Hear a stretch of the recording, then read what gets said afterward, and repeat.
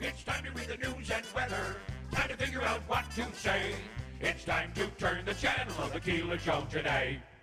Why do we always listen? Keeler's always in the know. It makes me want to call him And tell him where to go.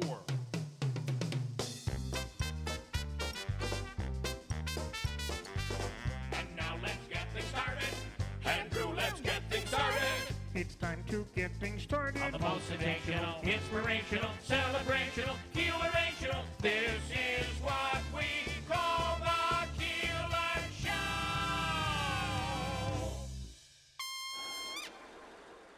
Celebrating 100 years.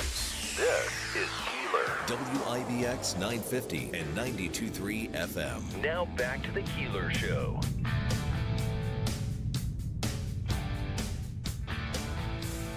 Well, good morning.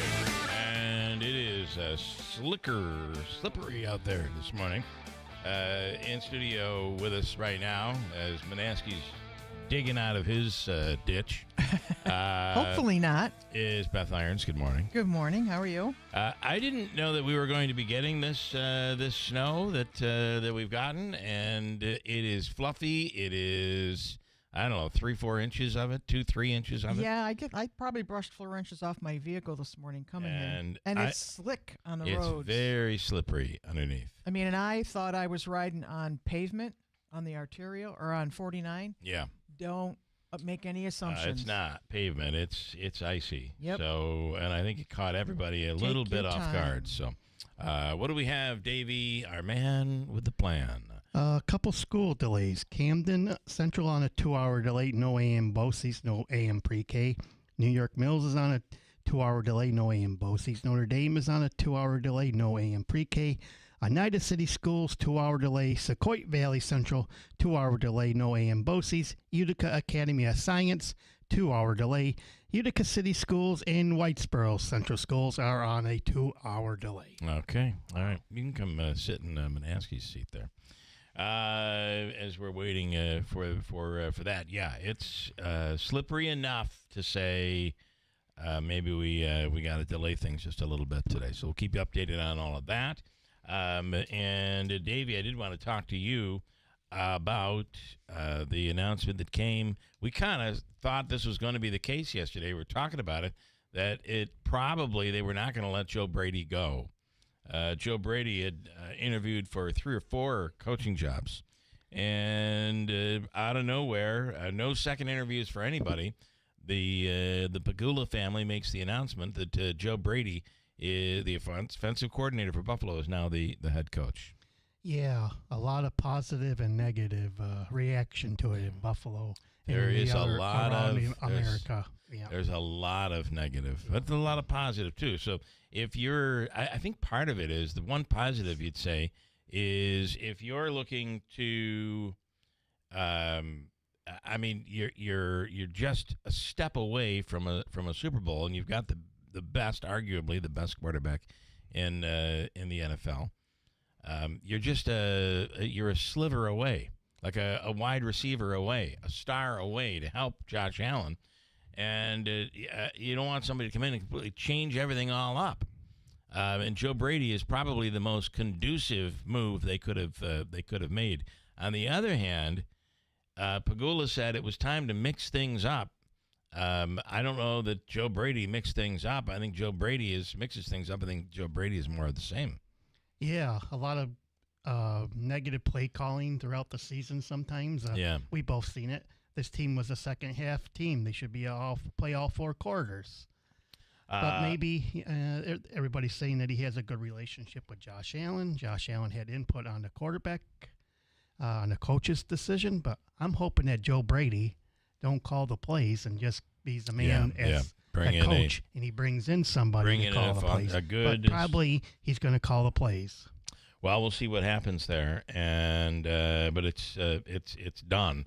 The Bills now have a quarterback, so they can start building it. That kind of had to happen sooner than later. We'll get Manaski's opinion on it coming up in a second. Also, you can sit right there because last night Syracuse just looked awful against North Carolina. Terrible.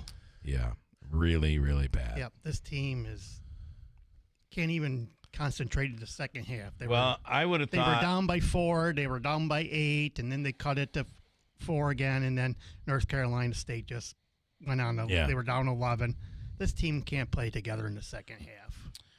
Donnie Freeman can't do it all, people. Yeah, and that's what is really being asked of. They just kind of scored at will against them. It was tough to watch. Copeland just went off. Copeland, for those who don't follow Syracuse, was with Syracuse. Yeah. And it felt very unwanted and left and transferred. And this was his moment to say, you made the wrong decision. It'd be interesting to see how Notre Dame plays against Syracuse on Saturday, because Notre Dame plays Syracuse at the Dome on Saturday, 6 o'clock. Notre Dame went into overtime with a very good Virginia team last night and only ended up losing by 4. Autry, his job on the line right now, you think? I think it's time for a change if they don't make the tournament. They're going to be hard pressed to make the tournament. They're going to have to go on a run. Yeah. Manansky, good morning. Good morning. I just want to say that it never stops snowing. It just never stops. Where did this all come from? Holy moly. Right, this wasn't forecast. I woke up today and I'm like, my goodness. Well, they said, we might get some, but it's going to stay to the north. We might get some lake effect snow or whatever. It might come to the north. All of a sudden, I'm seeing alerts overnight that it's snowing. And it really, the last couple of hours, it kind of came down. So I fishtailed all over. Every intersection I turned at. It is slick. Be careful. Back end swung out every turn I made. And the vehicle in front of me on the ramp, when you go from Commercial Drive to Oriskany Boulevard in Whitesboro, the car in front of me on the ramp, his tail end came out, and he actually hit the guardrail. It didn't look like any significant damage, but he gave that little pop off the guardrail there. Yeah. And, it's a mess out there. The other thing I was going to say is you asked about Autry. Is it time for him to go? I remember hearing this about Boeheim at least 35 seasons. There were at least 35 seasons. Well, but it's never been this bad. No, I'm not. That's not what I'm saying. I don't think they sit and wait like they did. I mean, with Boeheim, you had a long history. Yes. This is a completely different It is completely different. It's just funny to me. Boeheim got out and everybody wanted it. Not everybody, but people wanted a new direction, a new leader. And it's like you get a couple bad seasons under you and you go, boy, I wish we had Jim Boeheim. Well, he hasn't had a good season yet. That's the problem. And you know what? Boeheim was struggling at the end. So, but you also now have Carmelo Anthony who's saying, listen, I brought my kid here. It's my alma mater. I'm sitting here every night watching the failure, and you could see some pressure there. I just think you'll see a change. If things don't change, you'll see a change. Let me go to Ryan Schmelz, Fox News Radio, standing by on the line right now. Ryan, good morning. The Bills have a coach, and they came. Yes. They went from within. What is from the outside? What are your thoughts? Clearly he was able to make the most with less in terms of the personnel. Now, of course, maybe you could blame him for the reason why some of these wide receivers like Keon Coleman haven't developed, but there are also some other things working against them. I mean, they have one of the better offensive lines in football, despite not really spending a lot of draft capital on that position. And, they've been able to make a good passing offense with little weapons. And he was the first offensive coordinator I've seen to really take the ball out of Josh Allen's hands and not make Josh Allen the complete focal point of the offense by getting James Cook involved and helping James Cook break out. So there's a lot to like there. I mean, look, I'm an SEC football fan, and I remember when he was considered a prodigy after Joe Burrow's historic season when he won the Heisman and LSU won the national title, and he went from a college pass game coordinator to an offensive coordinator in the NFL, which was probably way too early for that. But, he's done a pretty good job in Buffalo. And so, I mean, there's plenty of reasons to be excited. There's definitely reasons to be concerned, too, though. Okay. I think that's a pretty fair assessment. Can I just say, this is not reality. This is just perception.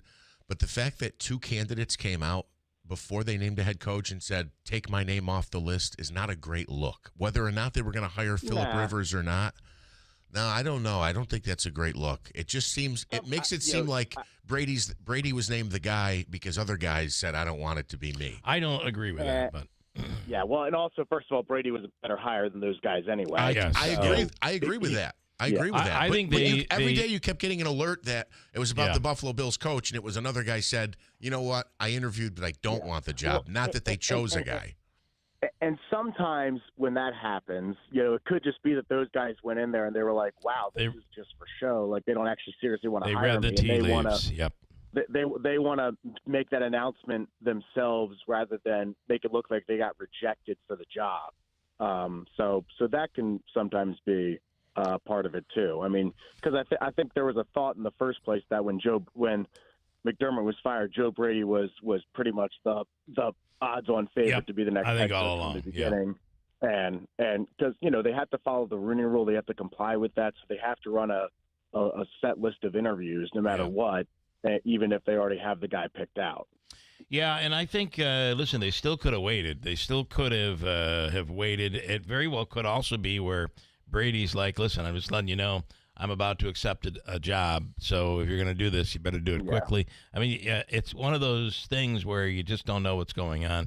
However, I mean, to your point, Jeff, the whole thing has been a debacle. You thought it was okay and under control until that press conference, and then you realized, wow, this is a bit on the rough side. So, well, listen, we'll see where all of it goes. The very interesting thing, though, is they end up going into the conference championship, and none of this happens. McDermott's still the coach next year, so. I would assume, yeah. I mean, granted, we don't know how the game would have gone, and if they would have lost, it probably would have been a bad look. But it seemed like it was kind of in that Super Bowl or bust kind of range. Yeah. And of course, it always depends on how they lose the game too. I mean, if it's a error that clearly was coaching, that's something that that stings a little bit. You know? And listen, they were beaten up this year with a ton of injuries. So, I mean, playing practice squad players through the playoffs and into the playoffs. So maybe they did the best that they could with what they had. We'll find out, I guess, when Brady takes over next year. And as a Ravens fan, I will say sometimes injuries do get blamed on the coaching staff as well, because the Ravens had to actually fire a strength and conditioning coach after multiple players spoke out about his program and how they never had injuries before, and then next thing you know, they started to pile up, and they didn't really like how the NFLPA gave the conditioning program an F, and that was like maybe one of the first Fs that had ever been given in NFLPA history. So sometimes that stuff, and I'm not saying it happened here. Sometimes it is just an accident and a freak situation, but sometimes there's more there than that too. Yeah, there's more there sometimes. Okay, quick. There's no there. There's no there, which may be more often than not. Both GOP chairs of the Homeland Security Committees in the House and Senate calling on DHS officials to testify following the death of Alex Peretti in Minnesota. That comes as Democrats, including John Fetterman, but Republicans as well, calling for Kristi Noem to resign or be fired. So far, the president kind of has her back. What do you think here? Well, we'll see how these calls continue today. I mean, you've had some very big Trump loyalists. Take somebody like Ted Budd, for example. That's somebody who was a Freedom Caucus Republican in the House, now in the Senate, and he hadn't called on anybody to resign, but he has raised some serious questions about how ICE is operating right now. And what's interesting is that conversations seem to be pretty bipartisan right now. It doesn't seem like there's much finger pointing or back and forth. It seems like the senators who came back yesterday have been, willing to talk about potential changes to ICE. Now, it depends on what Democrats are willing to take yes and take no for as an answer.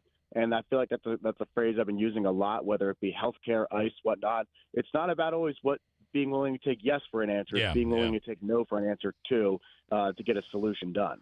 And some changes have been made there. The president, interestingly, coming out and really completely backtracking on his opinion, the boldness and the rhetoric, saying, I think it's kind of funny, the kingpin of rhetoric, the king of all rhetoric, came out yesterday and said, listen, these guys, you gotta tone down the rhetoric. Oh, geez. So I thought that was kind of funny because it really all started from there. But if you want it to be toned down, you're the guy. You're the one that's got to be able to do this. And the other part is to hear that he had a good conversation with Walz, both of them coming out and saying it was productive. I think that's an interesting sign, too. Hey, look, and I remember Tim Walz had a very productive debate with J.D. Vance when they were on the debate stage. So sometimes when you just have that behind closed doors meeting with somebody, it can be productive. But keep in mind the meeting with Jacob Fry appears to not have gone nearly as well, because Jacob Fry is saying that he's not going to enforce any immigration laws for ICE whatsoever. And what was interesting is that you had a former press secretary for Dr. Jill Biden kind of quote tweet Jackie Heinrich yesterday and say, 2028 candidates do not run towards this policy whatsoever. Stay as far away from this method of thinking as possible.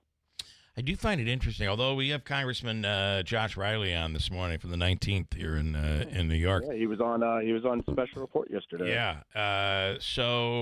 But there are others who really don't necessarily want to talk right now, and Democrats have to be careful about piling on and making that I hate Trump mistake over and over again. So there's a lot here, but let me just say this. If it was going to be difficult for Democrats in the midterms, it has been made much easier. And by the way, the Wall Street Journal is all over Trump. It's like another blockbuster negative story every day from Murdoch coming out of the Wall Street Journal. So interesting times. Where it goes, I guess we don't know yet. So interesting. Yeah, we don't. Yeah. And we'll see. I mean, I think the one thing you hear from Republicans, whether it's at multiple different levels, is their big concern is that they're taking a issue that is polled very well in their favor. Most of the country is to the right on the issue of immigration and deportations, but they're taking a issue, especially when it comes to criminal illegal aliens, that they believe is like an 80-20 issue, and they're kind of squandering it. That's what they're worried about. Like they're worried about that they're creating a loss in something that should be an easy victory, especially when the border is significantly more under control than it was just last year. So Republicans feel like they had a huge political victory. Let's not ruin it right now. That's their thinking. Yeah, no, I think that ship's already sailed. You got two people who were killed. Well, and the problem is unjustly. When you say 80-20, it really is when it comes to rapists, murderers, thieves, and bank robbers. And just securing the border in general. Yeah. In general, and preventing that from happening, and the drugs being brought in, because everybody can relate in their community to fentanyl and the meth and everything else that's been pouring into the country. But that's not what we're looking at. We're looking at pictures of little kids being dragged out, somebody being dragged from their job, picking up people at Home Depot. These are not criminals, and that's the part where one might look back on this and say it all went just a little bit too far. So we'll see. We will see. Ryan, as always, thanks, man. It'll be interesting to talk to Ryan Nobles later this morning, a big Buffalo Bills fan, and get his take on the Brady move. We'll see what happens. So, let me know when that is. I might listen in. All right, it'll be 8:40 this morning. So, all right. Good stuff. Good. Feel free, if so inspired, the phone numbers. So, exactly. All right, thanks, Ryan. Just to follow up, Ryan Schmelz, Fox News Radio. On Kristi Noem, it's funny that we have that conversation on the heels of the conversation we had about football. So it's like, if the kicker makes that kick, is John Harbaugh still in Baltimore? If Brandon Cooks makes that catch, is McDermott still in Buffalo?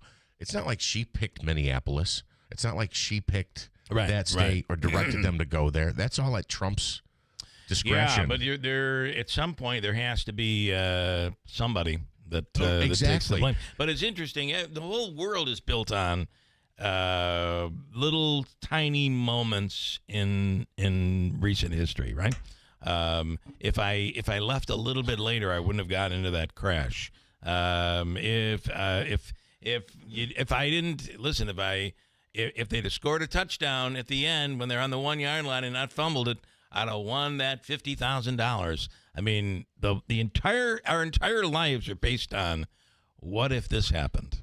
I guess my point being, though, the problem won't get fixed unless you replace the guy who's making the decisions. And I don't think Kristi Noem is the person making the decisions. I don't think she's the one making the decisions. She's probably the one giving the instructions and going out and carrying it out. Yeah, she's given, not giving. She's Correct. given the instructions and carrying it out. Go create havoc in this city. By the way, as a follow-up to that, this was in my news here. I was going to hit this at the update. Ilhan Omar, did you hear about this, the town hall meeting? I did. The guy came in and sprayed, I don't think we know what it was. It still says an unknown substance. But it smelled, all I can tell you is everybody there was like, oh, my God, you've got to go to the hospital. It smells terrible. This is not the way we should be acting. Absolutely not. So I mentioned that because apparently it came immediately after she talked about Homeland Security Secretary Kristi Noem and said she should resign. And then she was in the middle of it at the podium. And right after she said that is when he said, you should resign. And then he stormed the stage at this town hall and sprayed her. I believe Fox may have been the first one to get the video out last night. So, all right, a quick break. Manasseh, a quick update. We do have some delays and no closures, but some delays, and it's worth it. It's slick out there. It is. So be aware of that. This morning, we'll give away Davey. Hobica's free money question of the day is going to be worth a whopping, how much?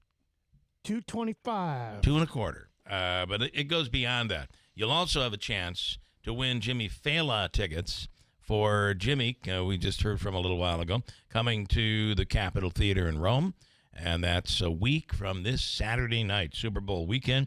And we have a ticket to possibly give to somebody. It's a $100 ticket to win $75,000 or a 2026 Chevy Corvette.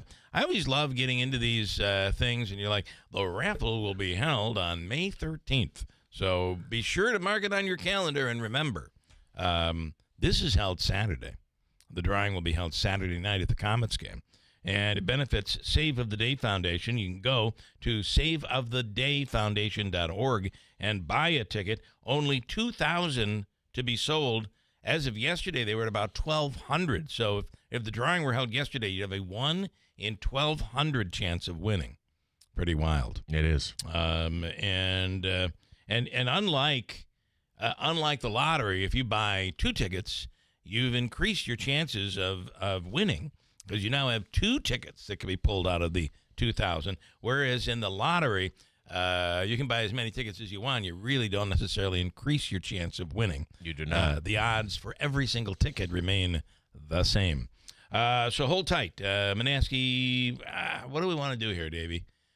Let's at least get the delays in and the weather and all that stuff here. It's 6:48. Thank you, Bill. Hitting it, Davey, and nothing seems to be happening. Let's Playing try the song this. in my head. 6:48. And Bill, this news update is brought to you by the new destination Kia of Utica on Commercial Drive in Yorkville. The following schools on a 2-hour delay this morning: Camden, Chittenango, Clinton, Frankfurt Schuyler, New York Mills, Notre Dame, Oneida, Sequoia Valley, the Utica Academy of Science, Utica City Schools, Westmoreland, and Whitesboro. Again, all on a 2-hour delay this morning. A man in custody after spraying an unknown substance on Congresswoman Ilhan Omar during a Minneapolis town hall. The Minnesota Democrat had just called for Homeland Security Secretary Kristi Noem to resign before the 55-year-old man lunged at her during Tuesday's meeting. Police say Omar was not injured, and the man was charged with third-degree assault. President Trump is on the Republican campaign trail in Iowa ahead of the November midterm elections. Trump said Tuesday that the odds are stacked against him because the party in power seems to lose in the midterms. At a rally near Des Moines, he told his supporters that the economy is booming. Extreme cold temperatures and wind chill continue to freeze the eastern U.S. this week, bringing record low temps to the south. Forecasters warn that below normal temperatures will continue for several more days at least. Another blast of Arctic air is expected Friday from the plains to the southeast. Meta and YouTube are in court this week over accusations they deliberately created addictive products that harm young users. Snap and TikTok have already settled out of court with a plaintiff in the case.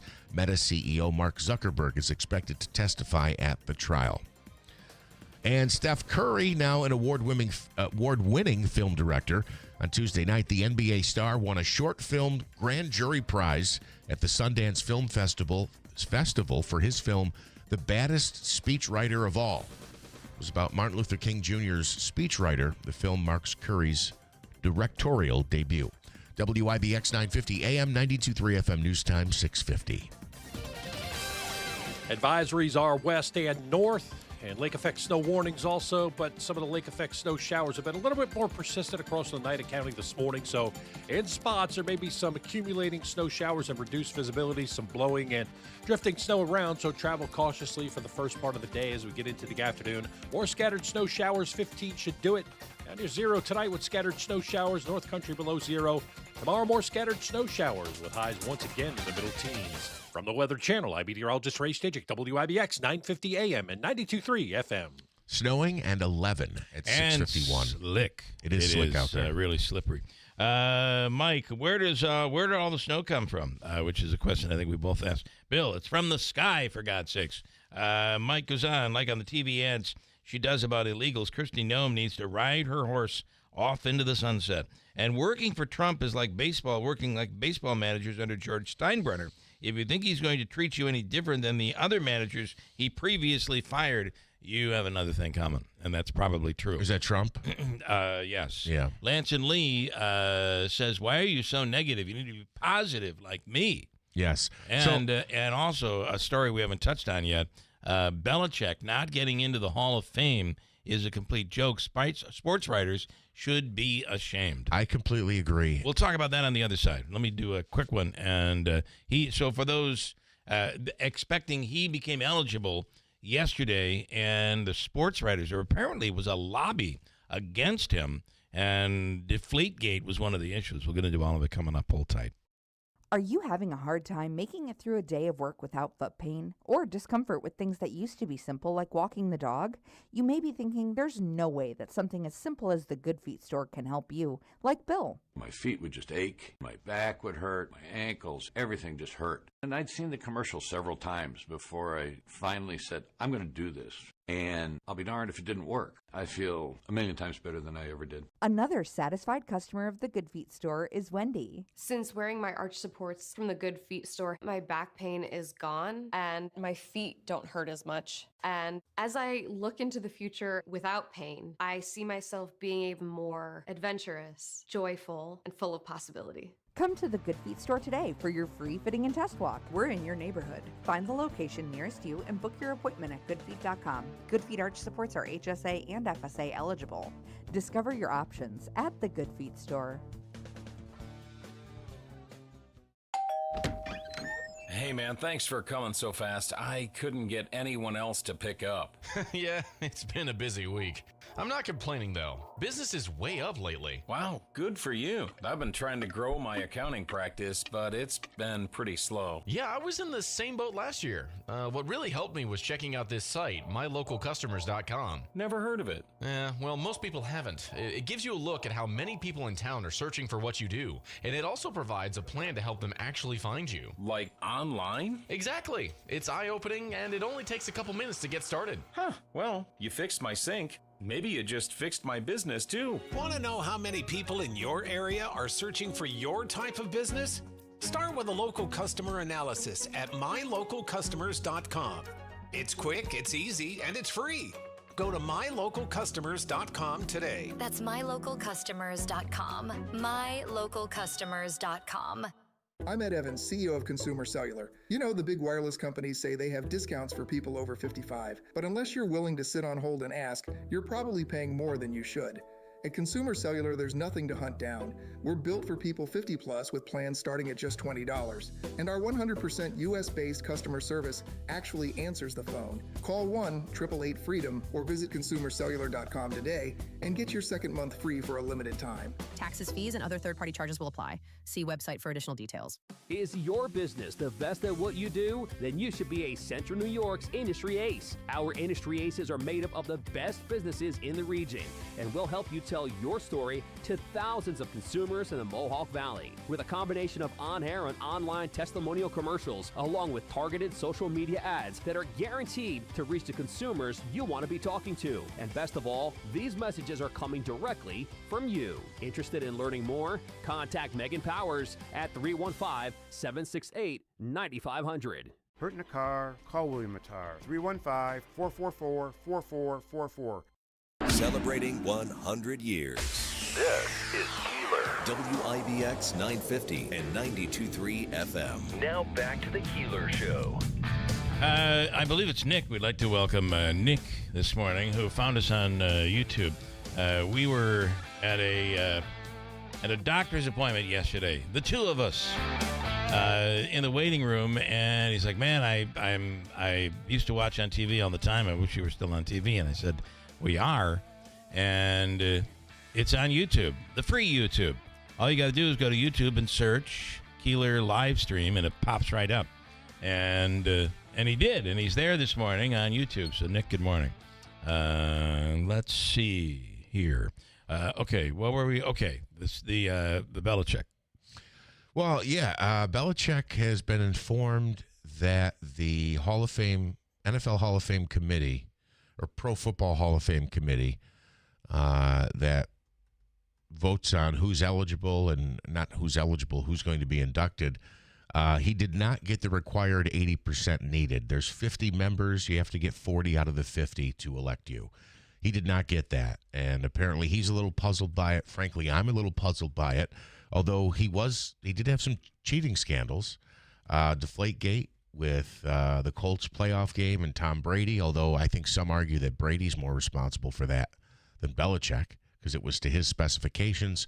Of course, there were the filming of opponents' pregame rituals or pregame routine. This notably happened before Super Bowl, where I think it was the Rams at the time were running their first 20 plays they were going to run during the Super Bowl, and there was a cameraman on the sidelines or in the stands filming it all.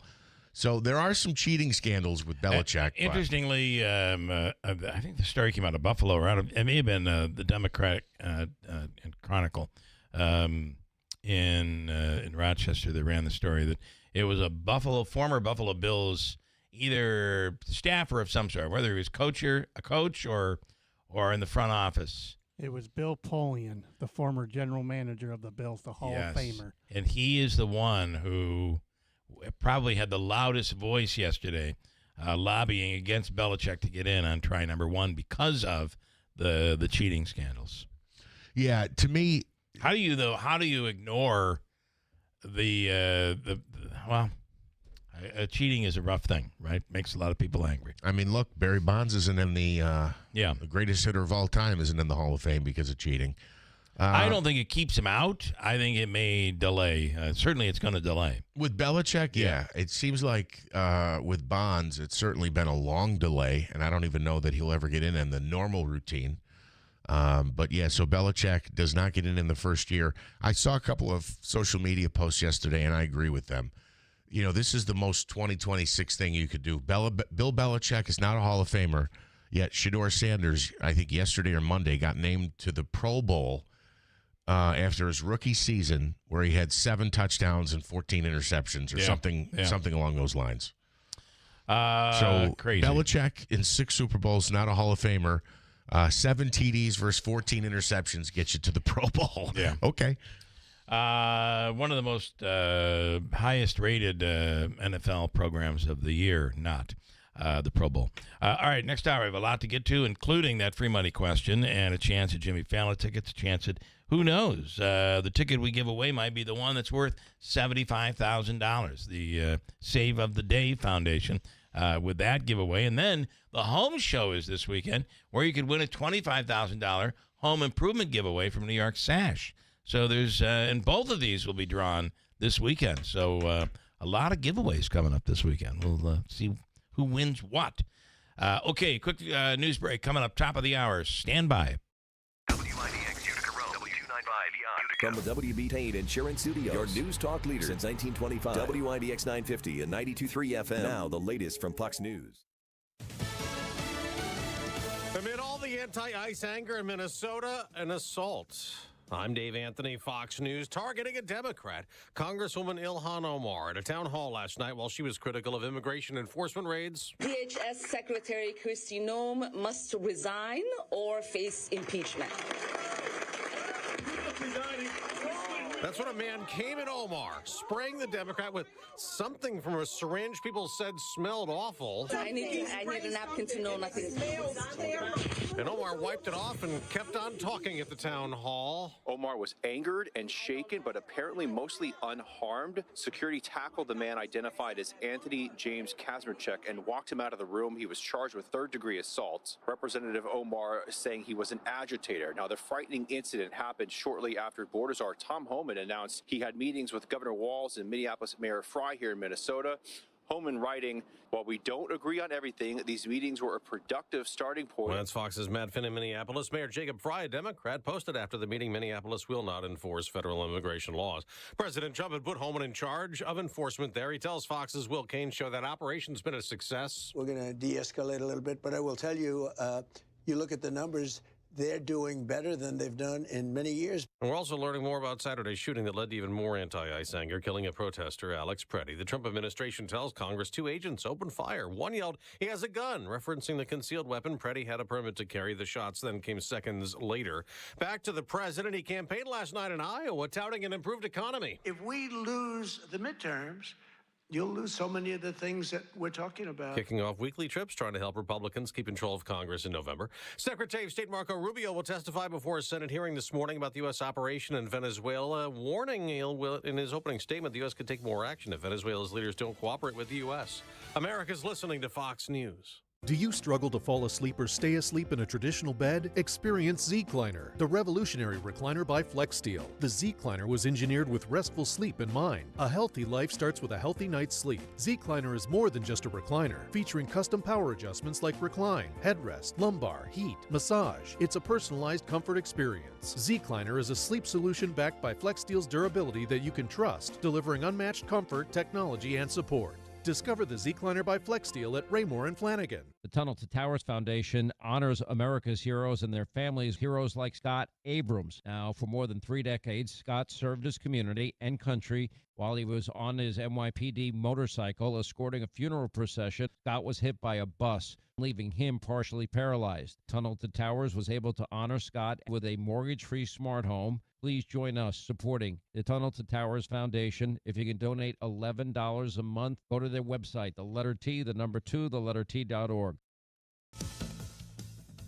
We mentioned that assault last night on Congresswoman Ilhan Omar during the Democrats' town hall in Minneapolis. Well, it came after President Trump mentioned her in his campaign speech in Iowa, touting his success shutting down illegal immigration. They cannot come in unless they come in legally into our country, and we're letting some great people come in. They have to show that they can love our country. They have to be proud. Not like Ilhan Omar. Did you see what? Now, the Trump administration has put the Congresswoman under scrutiny amid ongoing billion-dollar fraud investigations in Minnesota. Centering on its Somali population, the president recently writing on Truth Social that the Justice Department and Congress are looking at Omar, who he says left Somalia with nothing and now is reportedly worth more than $44 million. Omar writing on X in part that years of investigations have found nothing and telling the president to get ICE out of Minnesota. Jeff Manasso, Fox News. More job cuts coming to Amazon. Another 16,000 announced today on top of 14,000 layoffs in October. Amazon's workforce doubled during COVID times as many Americans worked and shopped from home, but Amazon has scaled back since with 27,000 job cuts also in 2023. On Wall Street, stock futures are up ahead of the Federal Reserve's decision later on interest rates. No cut expected this time after 3 rate reductions last year. There's controversy in football. The NFL world was stunned on Tuesday. Bill Belichick is not a first ballot Hall of Famer, according to ESPN, after falling short of the 40 out of 50 votes needed for induction into the Pro Football Hall of Fame during his first year of eligibility. Belichick, now at the college level as head coach of the North Carolina Tar Heels, won 6 Super Bowls with the Patriots and 2 more as defensive coordinator of the Giants earlier in his career. Fox's Joe Morgan. Joe Brady, the new Buffalo Bills head coach, promoted from offensive coordinator to replace Sean McDermott, fired after the Bills' playoff loss. I'm Dave Anthony, Fox News.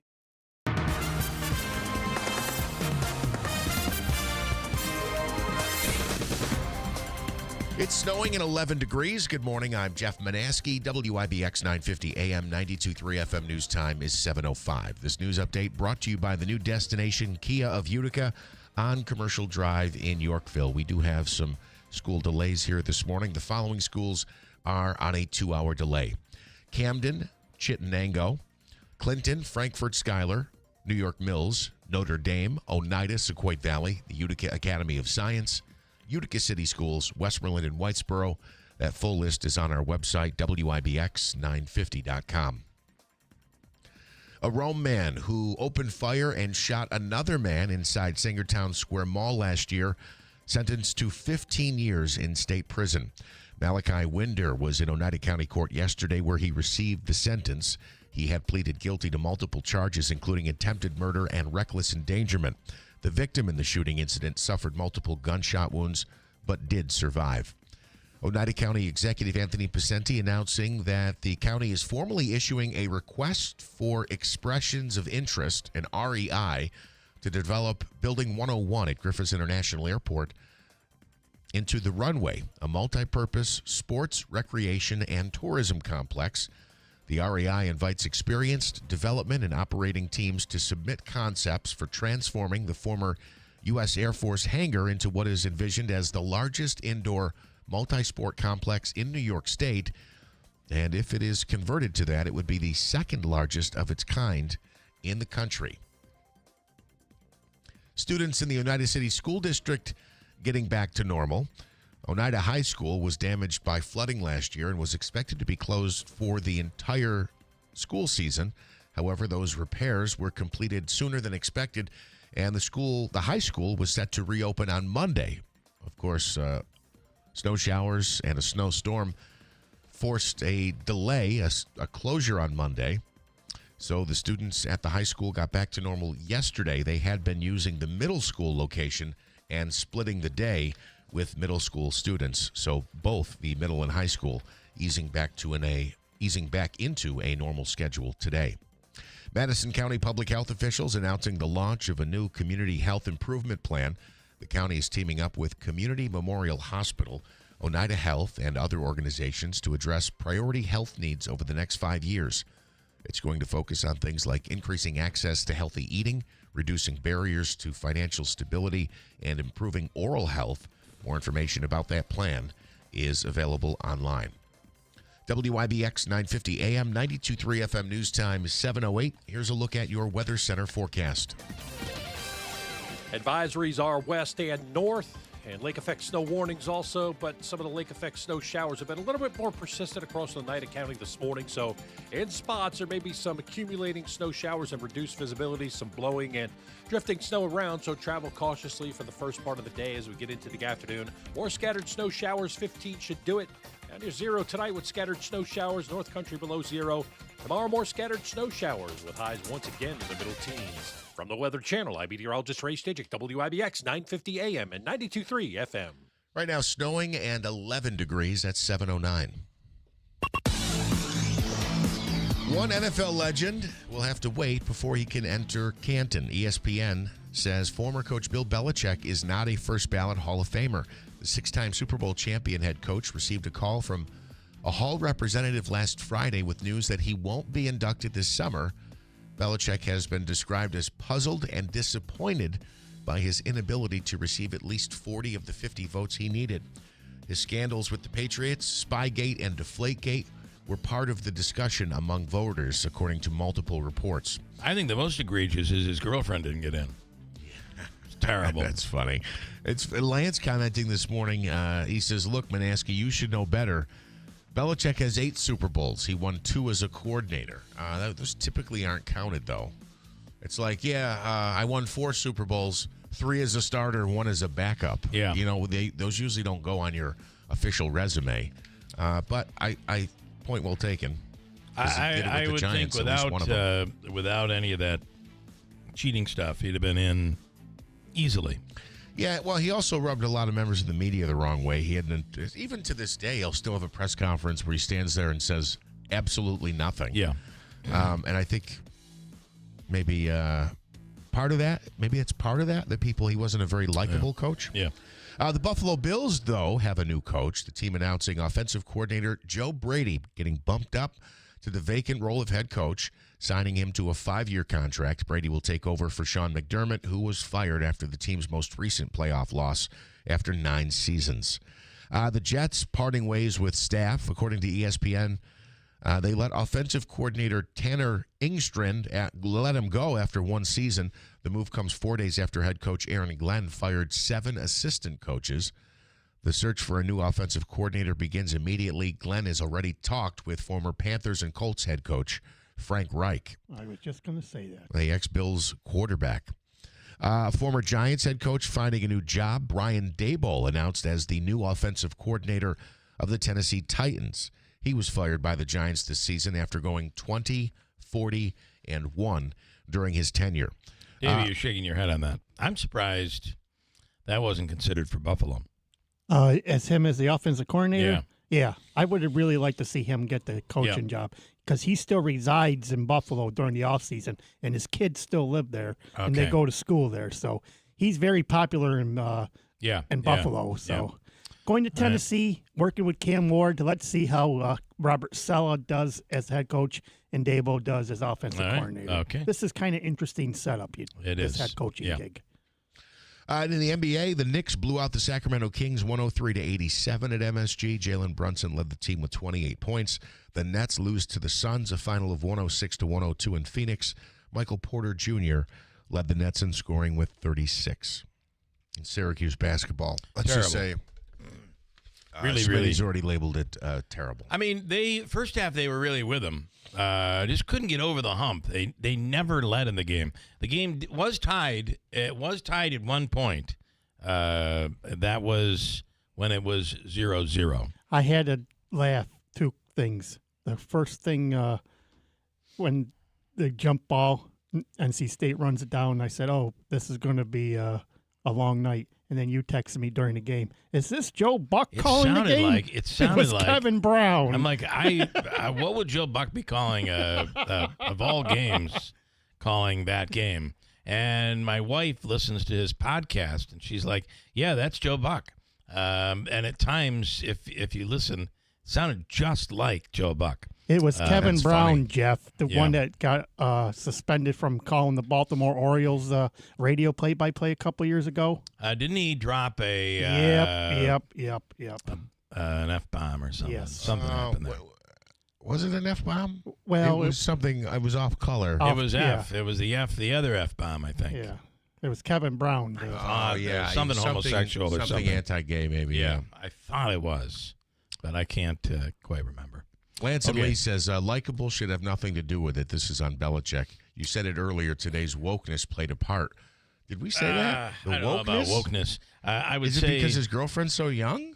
No. No. I listen, please. Wokeness. Whether someone is likable plays a major role. I've always said ugly people are at a huge disadvantage in the United States and probably throughout the planet.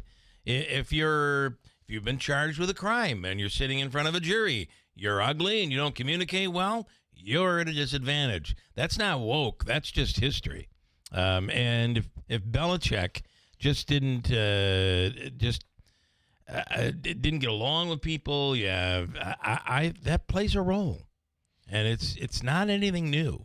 It's always been that way. I don't think it should play a role. I think we should just go out and focus on the team that we're going to play on Sunday. Okay, and those who are monotone, I believe, also. Yeah. We don't have any more questions. I'm not saying to do. I'm not saying it's right. I'm just saying it's really a reality.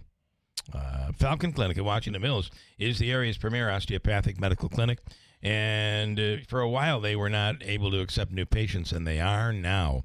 They've added a new physician, Dr. Cheryl Mattern of Sequoia, Dr. Kosminski for acupuncture, Dr. Shemileski, Dr. Zielinski. Whether you need a new family doctor or you're looking for a second opinion, or maybe you're just tired, achy, and you don't know what's going on, nobody can get to it. It could be hepatitis C. If you're a baby boomer, absolutely is possible. Or their OMT, osteopathic manipulation treatment, which I completely swear by.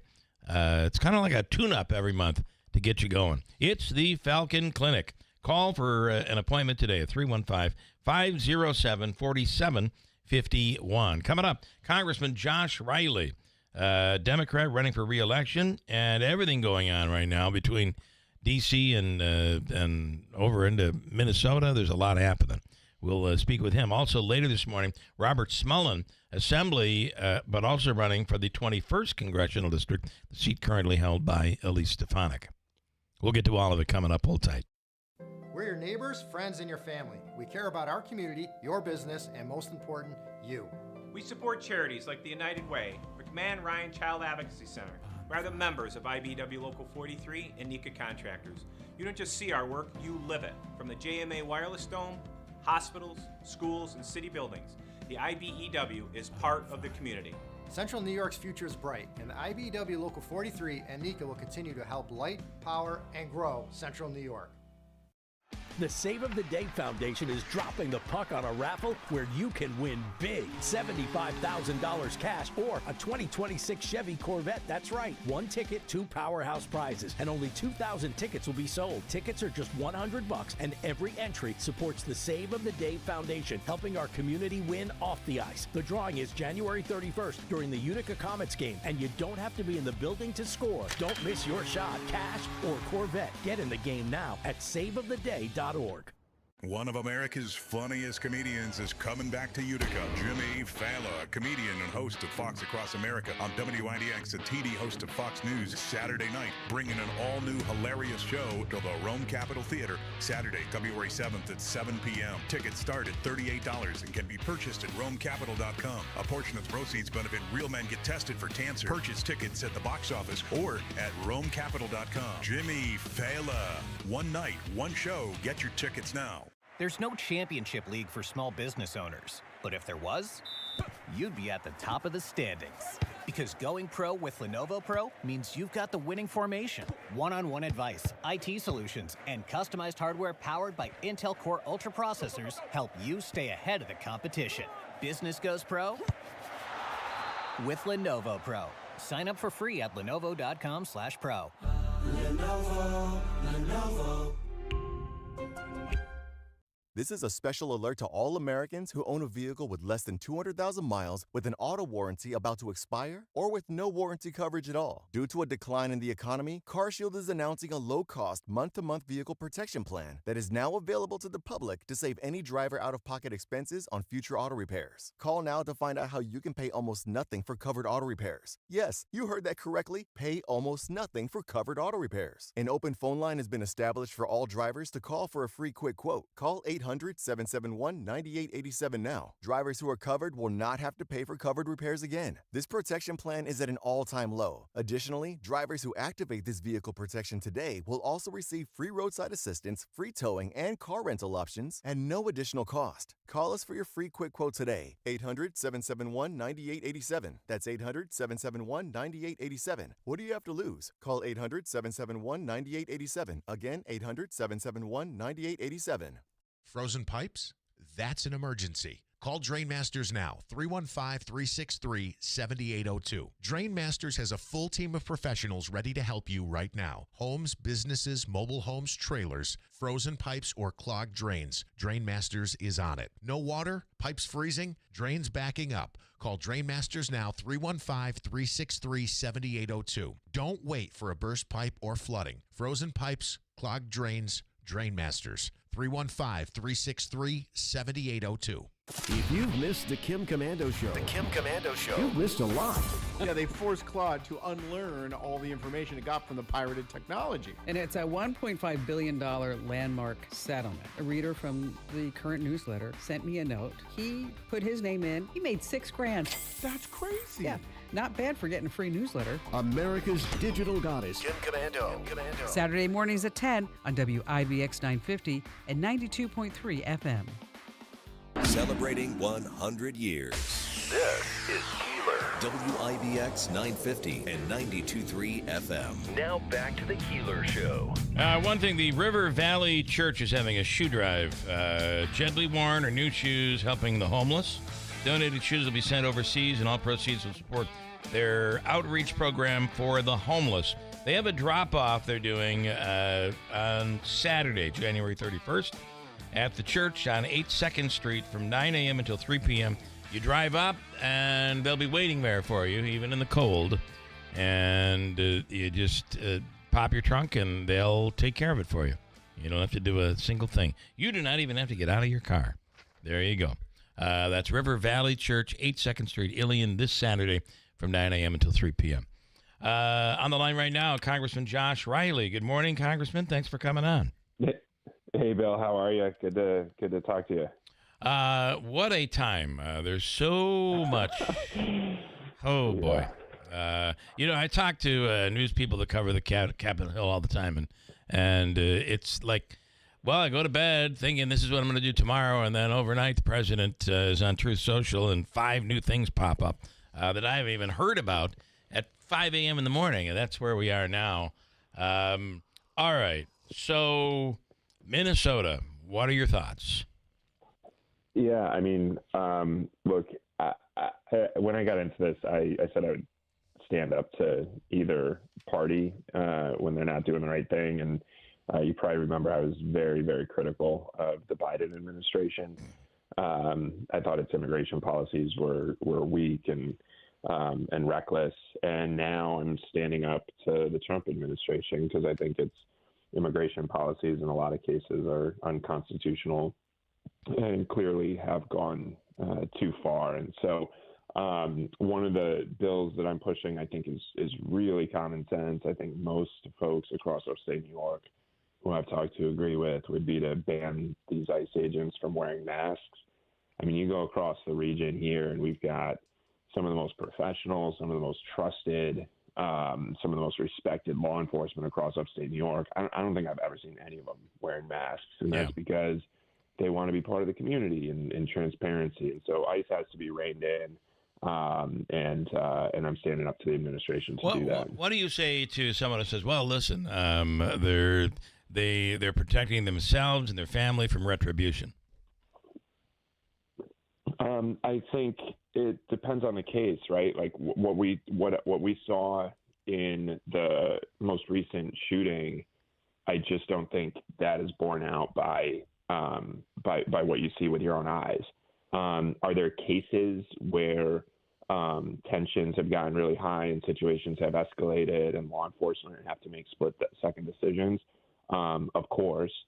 In those situations, I actually think it's often the case that, the people who are really at fault in all this are the politicians and the political system for escalating the situation and throwing, but really, like what we've seen, I just watch it with your own eyes. And I just don't think we can be in a situation where an ICU nurse who serves veterans is shot multiple times in the streets of an American city and say everything is okay. Yeah. It's not okay.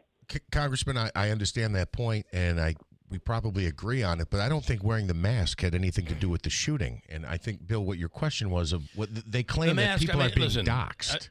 that people So after. I disagree with that. I disagree with that because look, the situation with the mask. The reason our law enforcement here in upstate New York don't wear masks is because they want to be trusted in the community. Like they're here to serve us. They're here to be part of the community.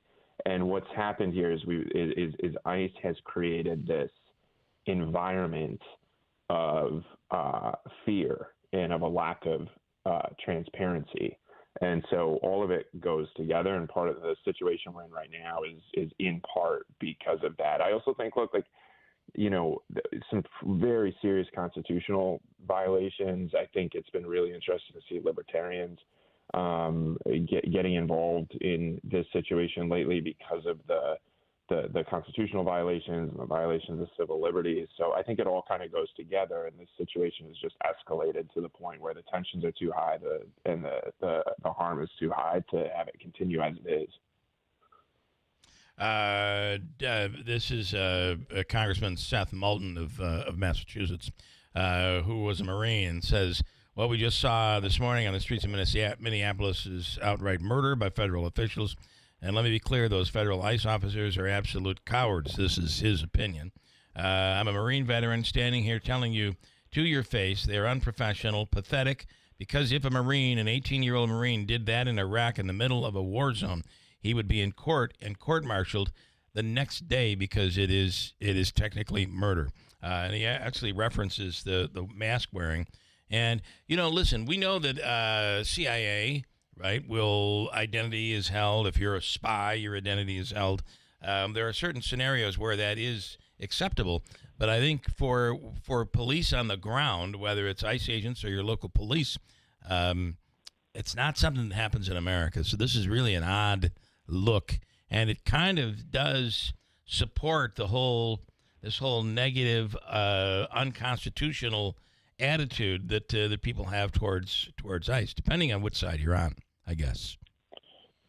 I think so. Like, I have the privilege of representing a district that's evenly divided between Democrats, Republicans, and Independents. It's literally like a third of each. I come from, I think I mentioned to you guys once before, my whole family voted for the president, voted for me.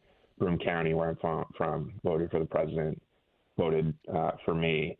And one of the things I love so much about this job, especially when the country is so divided, what I love about this job is that I get to go all across upstate New York, talk to people from all walks of life, from all different political backgrounds, and try to find common ground amongst all of it. And I understand people have very different views about lots of different things, but on this issue, in this particular moment, I've found a consensus across upstate New York that the way this is going isn't right, and that we're not okay with it. And look, I'll say, like I said at the top, I was very critical of the Biden administration too. When they were, it was basically an open borders policy for years, and now the pendulum has swung all the way over to whatever the hell Trump is doing here. And where most of the people that I represent is a place that says, let's reject the extremes, let's secure the border, let's remove criminals who are here unlawfully, and for the folks who are here working their tails off, paying their taxes, trying to have a shot at the American dream, let's give them a pathway to legal status. That's where the vast majority of upstate New Yorkers are, and that's where I am. Well, when you see agriculture, that's what a farmer will tell you, right? Without these workers, we can't hire people. Yeah, I'm so glad you raised that. That's 100% true in the ag industry generally. It's especially true in our dairy industry. I mean, I represent about 400 dairy farms. I represent one of the most rural districts in the whole country. And I spend as much time as possible on dairy farms, talking to dairy farmers. And I always ask, like, what is the biggest challenge you're facing? What's the thing keeping you up at night? And the number one thing, and a lot of these are folks who, voted for the president 3 times. They're worried that the farm workers who have been basically part of their family for generations, working every single day, busting their tails, milking the cows, that they're going to be picked up and taken away. And the thing that's so shameful about it is that's not the fault of the farmers, and it's not the fault of the farm workers. The politicians have screwed this thing up so badly for so long that there's not even a visa available for year-round farm workers. So if you're seasonal, you can do it. If you're year-round, you can't. That is the dumbest thing in the world, and that's the politicians' fault. Not and the other part of this, I was on a tour of farms upstate, bringing a lot of downstate people in the state assembly and senate up to farms to be able to see what it really looks like. And it was interesting. The farmer there said that these are people that they're here, they have families, they are law-abiding, they pay taxes, and the problem here is these are people that we have been told. He's saying we, the farmers and the immigrants themselves, have been told by elected officials, we're going to work this out. You're going to be fine.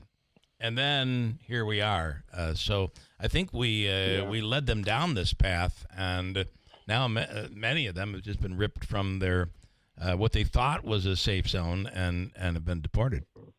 Yeah, and I mean, look, like I've only been in office for a year. I got here, and my first orders of business were to push for term limits, ban corporate PAC money, and stop the politicians from trading stocks in office. So, like, I probably feel more comfortable saying this than other people in my position, but the politicians ought to be ashamed of themselves that we're in this situation.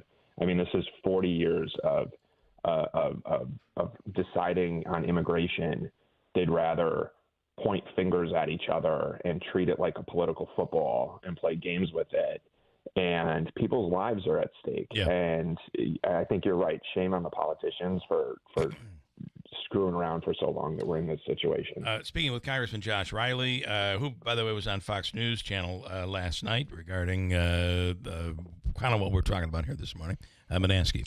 Has it been suggested, I'm surprised the president doesn't bring this up, or really anybody on the Democratic side, that, look, if you're here in this country illegally, whether you snuck in over the border or if you have a visa that expired, a work visa that expired, whatever the case might be, you're not documented, you're not here legally, come forward, start the paperwork process, and that will put a hold. Well, that's your path forward.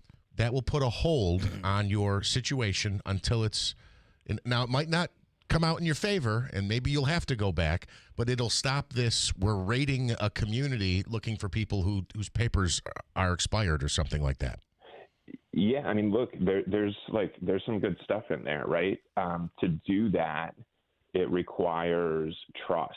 Folks have to know. Like, let me give you an example. I was sitting down yesterday with one of the union leaders for IATSE, which does a lot of the arenas and performances, and they've got folks in the union. I mean, almost all of them are American citizens, but there are folks that they work with who are just terrified at this point to even do the right thing and go to their asylum hearing or go fill out the paperwork or go to the DMV or whatever it is. So for us to do this right, we have to have real clear rules. Those rules need to be really tough and also fair, and there has to be trust. But it's impossible to trust what they're doing when you turn on the TV and you see the images. So there's lots of good ideas there, but we've got to have a reset. I want to ask you, just change gears and quickly before we let you go. Yeah. Should Bill Clinton and Hillary Clinton testify before Congress?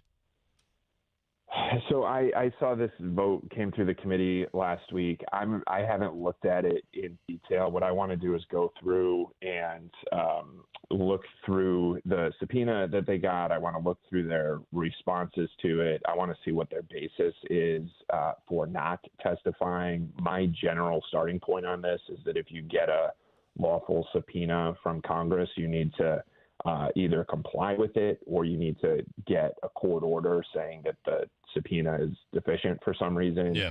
I'm not up to speed on all the details of that yet, but I am going to get briefed on it and get up to speed on it before I make any decisions. I do want to ask. Yeah, I'm open-minded. Would you agree, though, that if whether Democrat or Republican, anybody involved with Epstein and any of his illegal activity that basically raping young girls and et cetera, whether they're Democrat or Republican, they should face charges of some sort? Yeah, 100%. Yeah.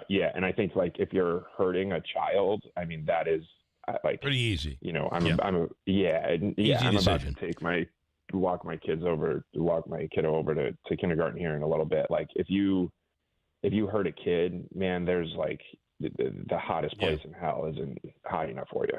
And then I would ask you also, would you agree that if you're here on a visa, on a whatever, for however you're here from another country, and you commit a crime, you beat up a wife or a girlfriend, or you rob a bank, or you rape someone, or you kill someone, people who are committing crimes in the United States, would you agree deporting them is not a bad thing? Would you agree with that? Well, I would go further and say it has to be done. If you're here unlawfully and you're committing crimes, you got to go. Yeah. You got to go. If you're here unlawfully, you're committing crimes, you got to go. And we have to remember, as we say that the vast, vast, vast majority of immigrants in this country are law-abiding folks who love America so much that they chose to come here. And nobody gets hurt more when you see crimes committed in the immigrant community than those law-abiding immigrants. And so if you're here unlawfully and you're committing crimes, you got to go. Yeah. If you're here and you've overstayed a visa, or you've been brought here to work on a farm, or some of the most brilliant scientists in the world come to our universities to cure cancer, we've got to have this immigration system fixed so that those folks can have a shot at the American dream. Yeah. Well, think of all the places in our history where people have, look at World War II. We would not have ended World War II the way we did in Japan without people coming from foreign countries. Even just look at look at, you guys are in Utica. Look at people have come from all over the world, and all the folks who are working at Chobani and making Utica the special, incredible place that it is down here in the Triple Cities. We had folks came from Eastern Europe and Italy and Ireland to build the shoe factories. Like we're upstate New York. We have a really, really proud tradition of immigration, and we have to honor that by getting rid of people who are here unlawfully and committing crimes while giving a fair shot to people who earned it. All right, we'll continue this conversation. I do appreciate it. Congressman Josh Riley, 19th Congressional District. We'll do it again soon. Sounds great. Always good to talk to you guys. Have a good day, all right? You do the same. Thanks so much. Yeah. I don't know what he's thinking, walking his kid to school. It's cold up. Maybe not as cold down there. You seem like you disagree with I agree with a lot of the stuff that he said. But, again, so we're talking about a former president of the United States can't cooperate with a hearing into the largest sex trafficking ring, child sex trafficking ring of all time. I think there's no doubt he should, both of them should testify. You and I agree wholeheartedly on that. And the other thing is, and it should not matter your party or who you're friends with or whatever. If you were a part of this horrific scheme that was allowed to go on and on for a long time through several administrations, if you were a part of that, look at, we're talking, Belichick doesn't get into the Hall of Fame because people think he looks ugly and they don't like him, and maybe he put too much air in the ball or not enough air in the ball, I guess it was. Deflategate. Come on. Why does this thing even exist today? I'm sorry. And the other thing that made me shake my head, and again, I agree with a lot of the things he said, but he says the people hurt most when somebody here illegally commits a crime are what did he say? The illegal immigrant community or the immigrant community, they're the ones hurt most. Well, the victims how about the innocent victims who were the victims of the crime? I think they're hurt more. Yep, no doubt about it. All right, we'll do a quick news update, and then Hobica's free money question of the day, and it's worth $225 today. But we'll give you also a chance to win Jimmy Fallon tickets coming February 7th. A week from this Saturday at the Rome Capitol Theater. Jimmy! And I can't wait, man. I have a ticket to give away. It's a $100 ticket for the Save of the Day Foundation's raffle, where you could win $75,000 or a 2026 Chevy Corvette. And the drawing is held this Saturday night at the Adirondack Bank Center. We'll give you those chances coming right up at WIBX. There's no championship league for small business owners, but if there was, you'd be at the top of the standings. Because going pro with Lenovo Pro means you've got the winning formation. One-on-one advice, IT solutions, and customized hardware powered by Intel Core Ultra processors help you stay ahead of the competition. Business goes pro with Lenovo Pro. Sign up for free at lenovo.com/pro. Lenovo. Hurt in a car? Call William Attar. 315-444-4444. The President's Day sale is on at Mattress Express. Save up to $1,350 on New York State's largest selection from New York State's largest specialty bedding retailer. Go to mattressexpressny.com. Looking to slide into savings with a reliable ride without the brand new price tag? Then it's time to warm up to the winter deals at Steve Ponte Chevrolet in Herkimer. Check out their Car Bravo certified pre-owned vehicles. Every vehicle is backed by a certified warranty and low financing options. Right now, qualified buyers can lock in chill cool rates as low as 3.9% for 36 months on select Car Bravo certified pre-owned vehicles like the Chevrolet Equinox, Trax, Trailblazer, and Traverse. At Steve Ponte Chevy, their team makes car buying stress-free. But don't wait, these winter savings won't last forever. Head to Steve Ponte Chevrolet, where it's always easy to do business. Chevrolet, together, let's drive. State Route 28 in Herkimer, or online at stevepontechevy.com. Customers must qualify for top-tier credit through GM Financial. All taxes and fees due on delivery. Must take delivery by January 31st, 2026. See salesperson for details. You know, this is one of those topics that no one really wants to think about, but if you're a parent, a homeowner, married, or helping take care of aging parents, it's something that honestly deserves a little attention. I'm talking about estate planning. And before you tune out thinking it's complicated or expensive, that's actually why I want to mention Trust and Will. Trust and Will makes estate planning feel way less intimidating than it sounds. They offer modern, attorney-designed wills and trusts that you can create online. And the process is surprisingly straightforward. In fact, you can create a will in as little as 30 minutes. That includes things like guardianship for your kids or pets, how your assets are distributed, and even healthcare directives. Don't wait until it's too late. Protect your loved ones with Trust and Will, the most trusted name in online estate planning. Go to trustandwill.com/news to get 20% off. That's trustandwill.com/news for 20% off. trustandwill.com/NEWS.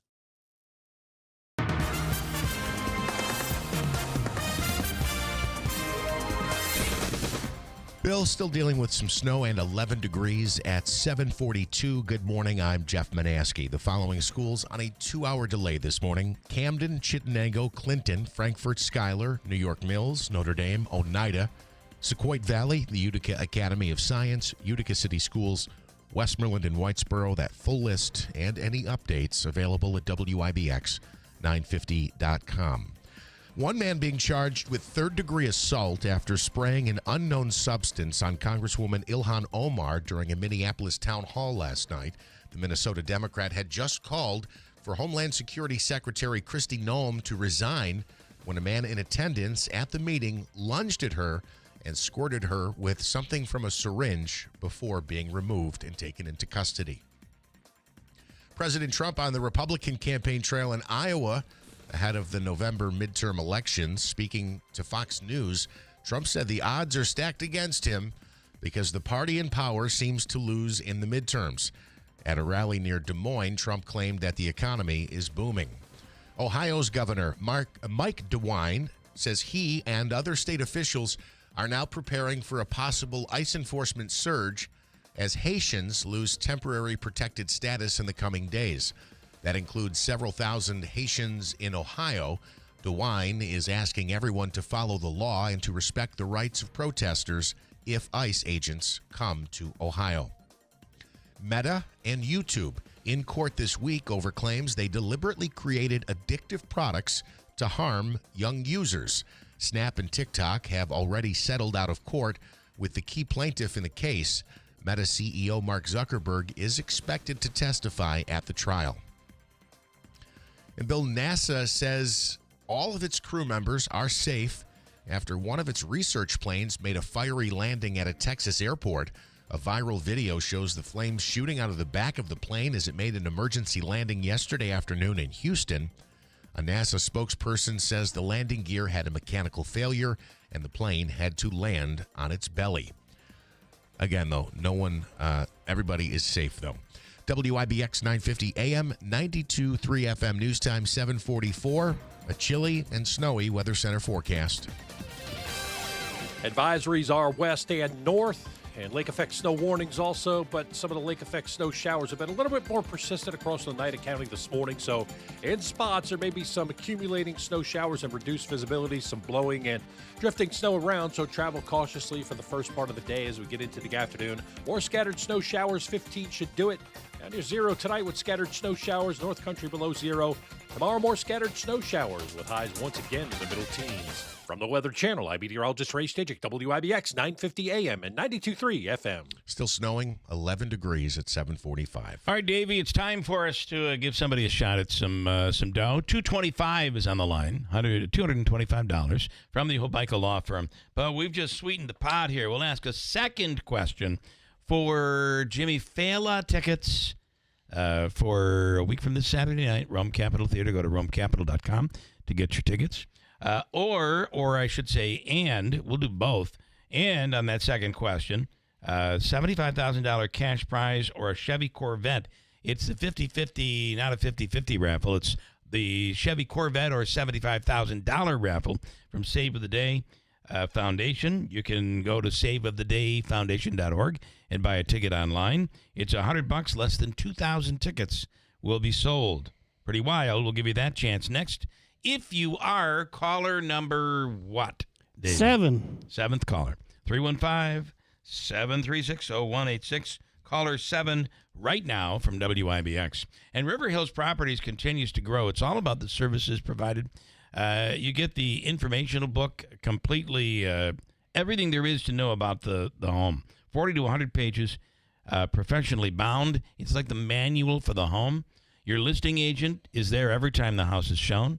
You never have to worry about people going through your home without someone keeping an eye on things. And your listing agent really lowers the stress level by being there from the very beginning till the very end. It's River Hills Properties. Offices in Barneville, Little Falls, Utica, Newport, Copenhagen, coming soon to Rome.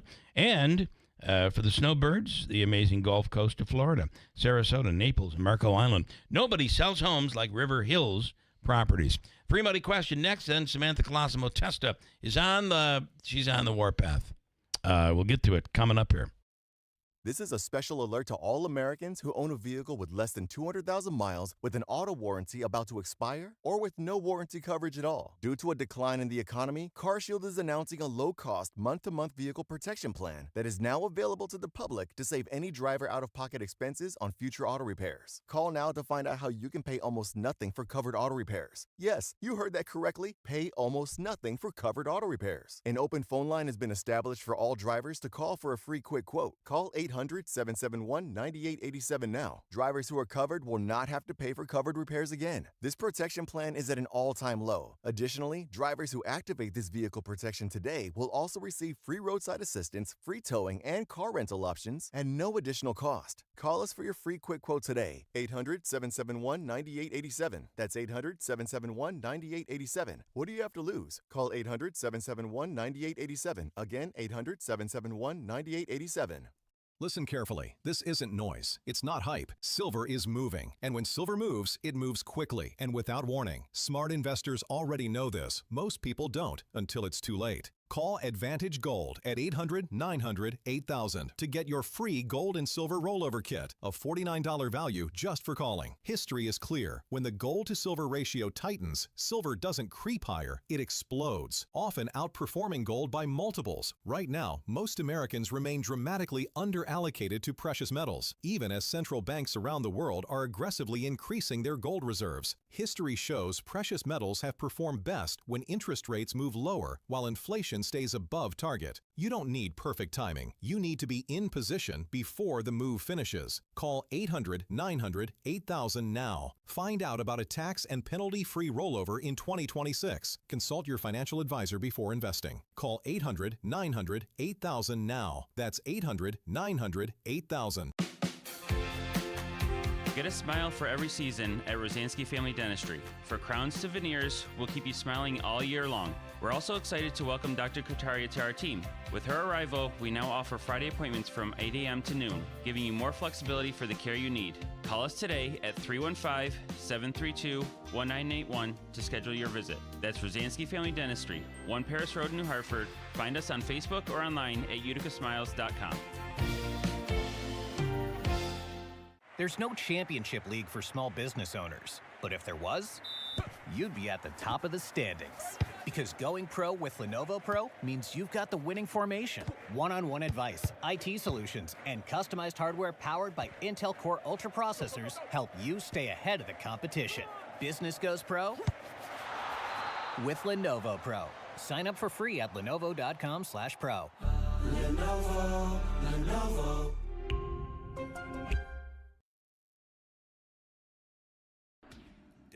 WIBX. This is Keeler. WIBX 950 and 92.3 FM. Now back to the Keeler Show.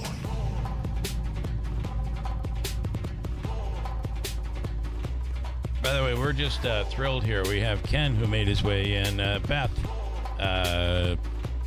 down the. Do you have any paperwork over there? I can have. Thank you. Down the street from us, they opened this morning the Burn Dairy. Hey now. They opened on the 28th. Oh, they did. Yeah. Which was like, what was that, yesterday? Well, Monday? today's the 28th. Is today 28th? It is today. They just opened today. Okay. So yes, you're right. They did knew, open today. I knew they were not open you yesterday. Know, the days just blur together after a while. They were not open yesterday because the gas said like $9 a gallon. Well, that's when the electronics board was turned activated. it on. I was like, wow, really? So yeah, they opened up. I'm so excited. This morning they'll be open 24 hours a day. Burn Dairy and Deli, and they brought in a whole menu of stuff. I love Burn Dairy. Sandwiches and pizza and gas and Davy's pouring coffee. One of the cool things about Burn buddy. Dairy is their dairy products. They buy dairy from New York State They do. dairy producers. And you get your milk in a glass bottle. Yes. I love that. And if you bring the glass bottle back, you get you get your deposit back on the next bottle. All right, so that was Ken who was just in here. We appreciate that, Ken. And I was about to send Davey. I'm like, you got to go down and check the place out. I'm excited. They make is that breakfast pizza? They make great breakfast pizza. It's fresh too. Hop on that. It is a stone's throw. No, I'll get one on the way from our studio, and we do. It's right down the road. It's Literally wonderful. Is. So he wanted to emphasize fresh donuts every day. Everything they do is fresh. They cut their own meats for sandwiches. Their pizza's good. Their sub sandwiches are good.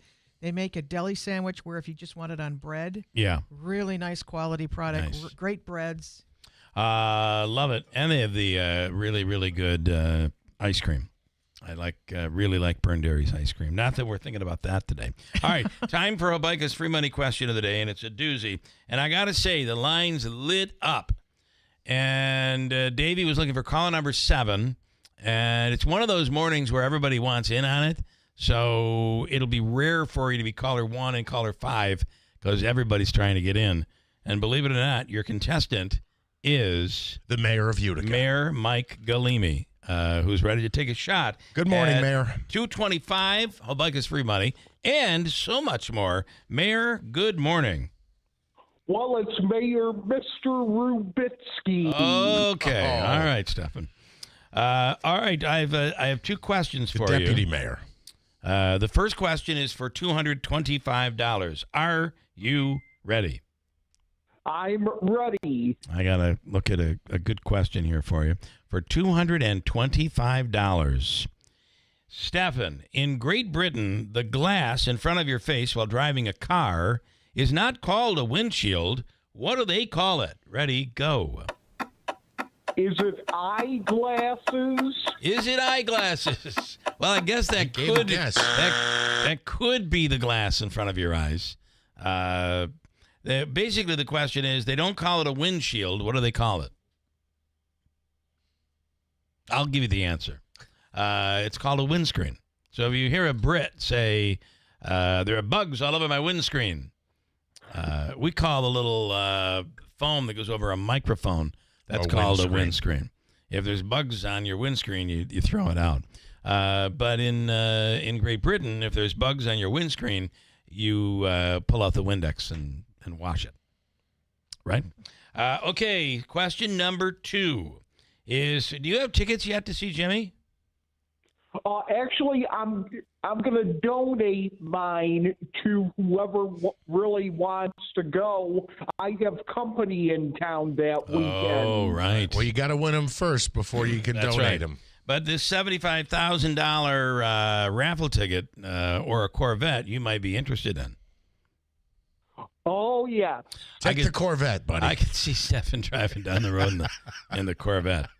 No more buses. Yeah. Music playing. Boom, boom, boom. He'd be yelling, well, hello. All right. For $75,000 cash prize or a 2026 Chevy Corvette, this is a raffle ticket you can buy right now from the Utica Comets. You can get it at Aquavino or Babes, Taylor and the Cook. Any of those places at the odd.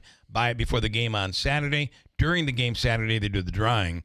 And I go through the whole thing. There's a link on our website where you can buy online as well. And it talks about the taxes you'll have to pay. At the end of the day, let's say you take $75,000. Yep. You'll walk away with about $56,000 in cash after taxes. Well, it's not bad. That's really good because I'll tell you, I was appalled at the last time we had what was it, Mega Millions or whatever it was. Yeah. It was $1.6 billion. Yeah.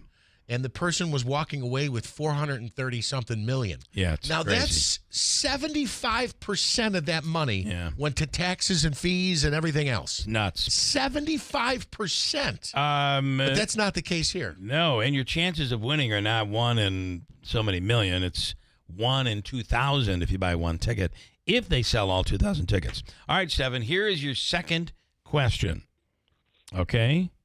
This is not an easy one, but this one you might be able to pull off. Here we go.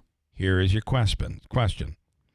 In 7 seconds, experts use dendrochronology to look at the rings to tell the age of what? Dendrochronology. Ready, go. The age of people? Is it the age of people? I got to tell you, my grandmother, you had like 6 rings on one hand, another 7 on the other. She was definitely 84. She was definitely 84. I tried to give put the rings in there to help. If Experts it's not a use tree, it's Saturn. Dendrochronology to tell the age of the tree. A tree. Yeah. Well, Stefan, we're going to give you the all-in-one food and fun cards, $25 gift card.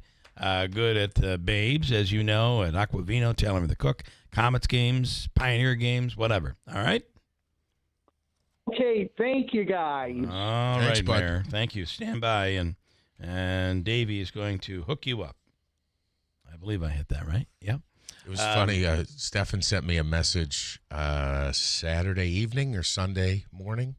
It said, "Hi, Jeff." I said, "Hi, Stefan." He said, "Syracuse is awful." Yeah, that was the extent of the message. It is. All right, some quick comments here. And Yeah. we're not hearing from Samantha. I don't know what's going on. Yeah, and I don't have my phone today. Donna, I agree with Jeff, but in addition, if they've gotten in trouble, talking about immigrants who've gotten in trouble with the law, if they've gotten in trouble with the law since coming, they go home. And they go through a criminal and medical vaccination check. But those fees need to go or be reasonable. We paid thousands for my daughter-in-law to come here, 2 visas and citizenship. Later, she is safe. The problem that I have is with this is we have brought these people here. We have recruited them. And we're talking farmers, agriculture, hotel. It's a small percentage, though, isn't it? It's a huge percentage of immigrants that work in all of these jobs that Americans don't do. What we have done, though, with immigrants, basically all of them, your visas run out, you'll be fine. They're working on something. Congress is working. We've been telling people that for 30 years. Now they have families here. They're embedded here. Think about those who have not committed crimes, who are good tax-paying, hard-working people and Which is families. the Their kids go to school. majority. We're ripping them out, and we're sending them back to places. There was someone recently sent to, I believe it was Venezuela. They don't even speak English. They've been here for so long. They don't speak Spanish. They don't speak Spanish, and we threw them off to wherever they originally came from 30 years ago. Other comments? Okay, so this is easy. He says the problem. However, commit a crime, you're gone. It should be very easy. And can I just take this a step further? And this is, I guess, my own opinion, and we'll get to Easy's thought in a second. What Trump ran on, or what I thought he was running on, was the 10 million or 12 million who snuck in to the country at the southern border. I'm not even, if you're here and your visa's expired, at least we know who you are. We might not even know who those people are. We don't know the 10 million who just snuck in. They just snuck in. 30 seconds. Easy says, the problem is the middle of having your life threatened by a rowdy terrorist. Please look up the word peaceful and put that in front of the protest. He's talking about Minneapolis. Some people are hunting these ICE agents down, threatening their families, going to their homes. You're sitting behind a microphone and a desk. The reality caused by the Biden administration. Oh, we're sitting behind it. And what he was talking about the congressman. Okay, still, please. Yes. We'll talk more about this coming up. But I don't have time right now because news is next. WIBX Utica Rome, W295 From the WB Insurance Studios, your news talk leader since 1925. WIBX 950 and 92.3 FM. Now the latest from Fox News.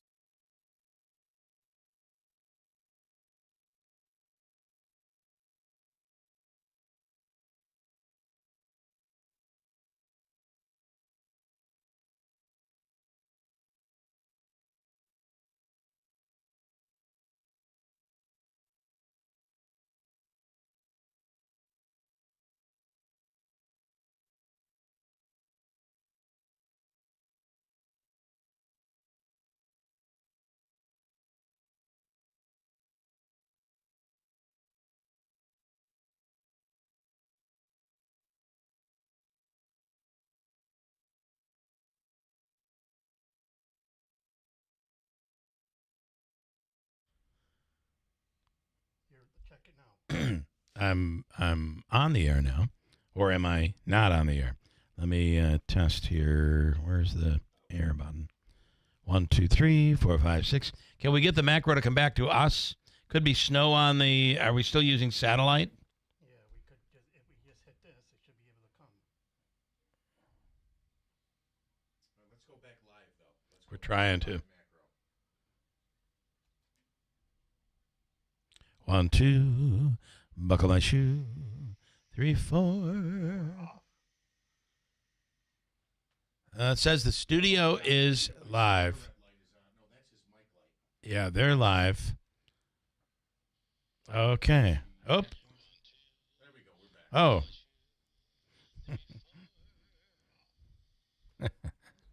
Well, somehow we're back. We do not know what happened.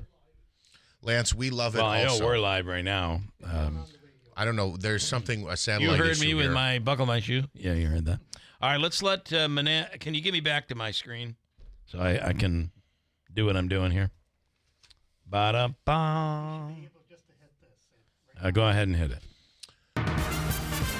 And now, ladies and gentlemen, WIBX Utica Rome.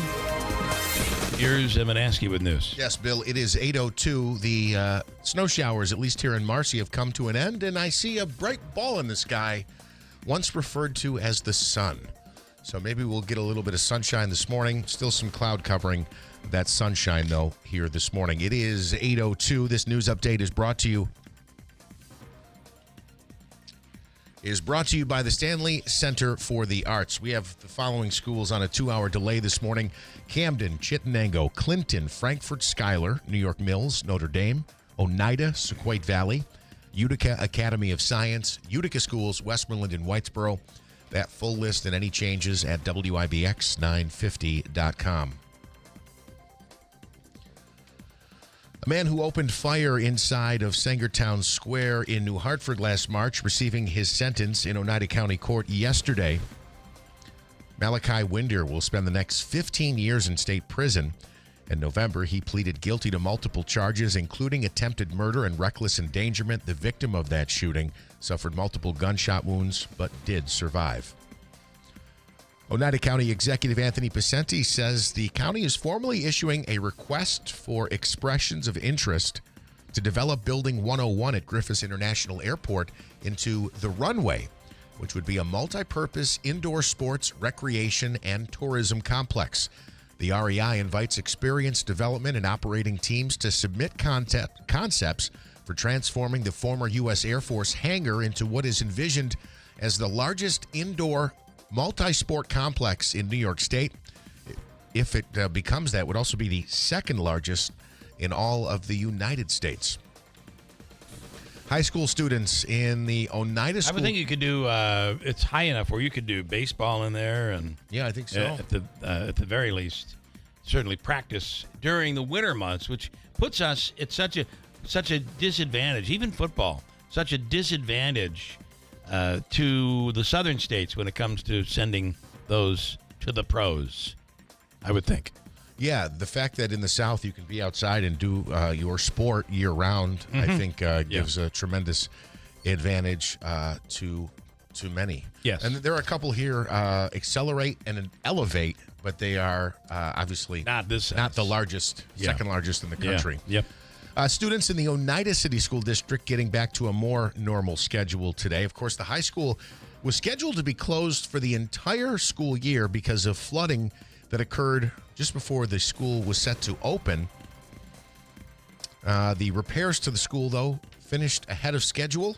So on Monday, the students in the high school were set to go back to the high school, and the middle school would have the middle school all to itself. They had been on a split schedule for most of the year. Obviously, Monday was a snow day, so yesterday was the first day that they got back to that normal schedule. Madison County Public Health announcing the launch of a new community health improvement plan. The county is teaming with the Community Memorial Hospital, Oneida Health, and other organizations to address priority health needs over the next 5 years. It'll focus on things like increasing access to healthy eating, reducing barriers to financial stability, and improving oral health. More information about that plan is available online. WIBX 950 AM 92.3 FM news time is 8:06. Here's a look at your Weather Center forecast. Advisories are west and north, and lake effect snow warnings also, but some of the lake effect snow showers have been a little bit more persistent across Oneida County this morning. So in spots, there may be some accumulating snow showers and reduced visibility, some blowing and drifting snow around. So travel cautiously for the first part of the day as we get into the afternoon. More scattered snow showers, 15 should do it. Down near zero tonight with scattered snow showers, north country below zero. Tomorrow, more scattered snow showers with highs once again in the middle teens. From the Weather Channel, I'm meteorologist Ray Stajic, WIBX 950 AM and 92.3 FM. Thanks, Ray. We have our fill. Let's see if we can scatter those snow showers someplace else. And it is only 8 degrees right now. And we should mention that snow this morning, and Beth, you were talking about it earlier, very slippery. Slick. Yep. Yeah, underneath the snow, it just seemed like there was ice underneath there. So sidewalks, parking lots, and even the byways and highways, very slick here this morning. The sun is trying to make an appearance, just 8 degrees at 8:07. All right, in sports, 2026 officially upside down. Bill Belichick is not a first ballot Hall of Famer, but Shedeur Sanders is a Pro Bowler in his first season where he threw more interceptions than touchdowns. Go figure. One NFL legend has to wait to get to Canton. That's Bill Belichick, the 6-time Super Bowl champ, received a call from the Hall last Friday letting him know he will not be inducted this summer.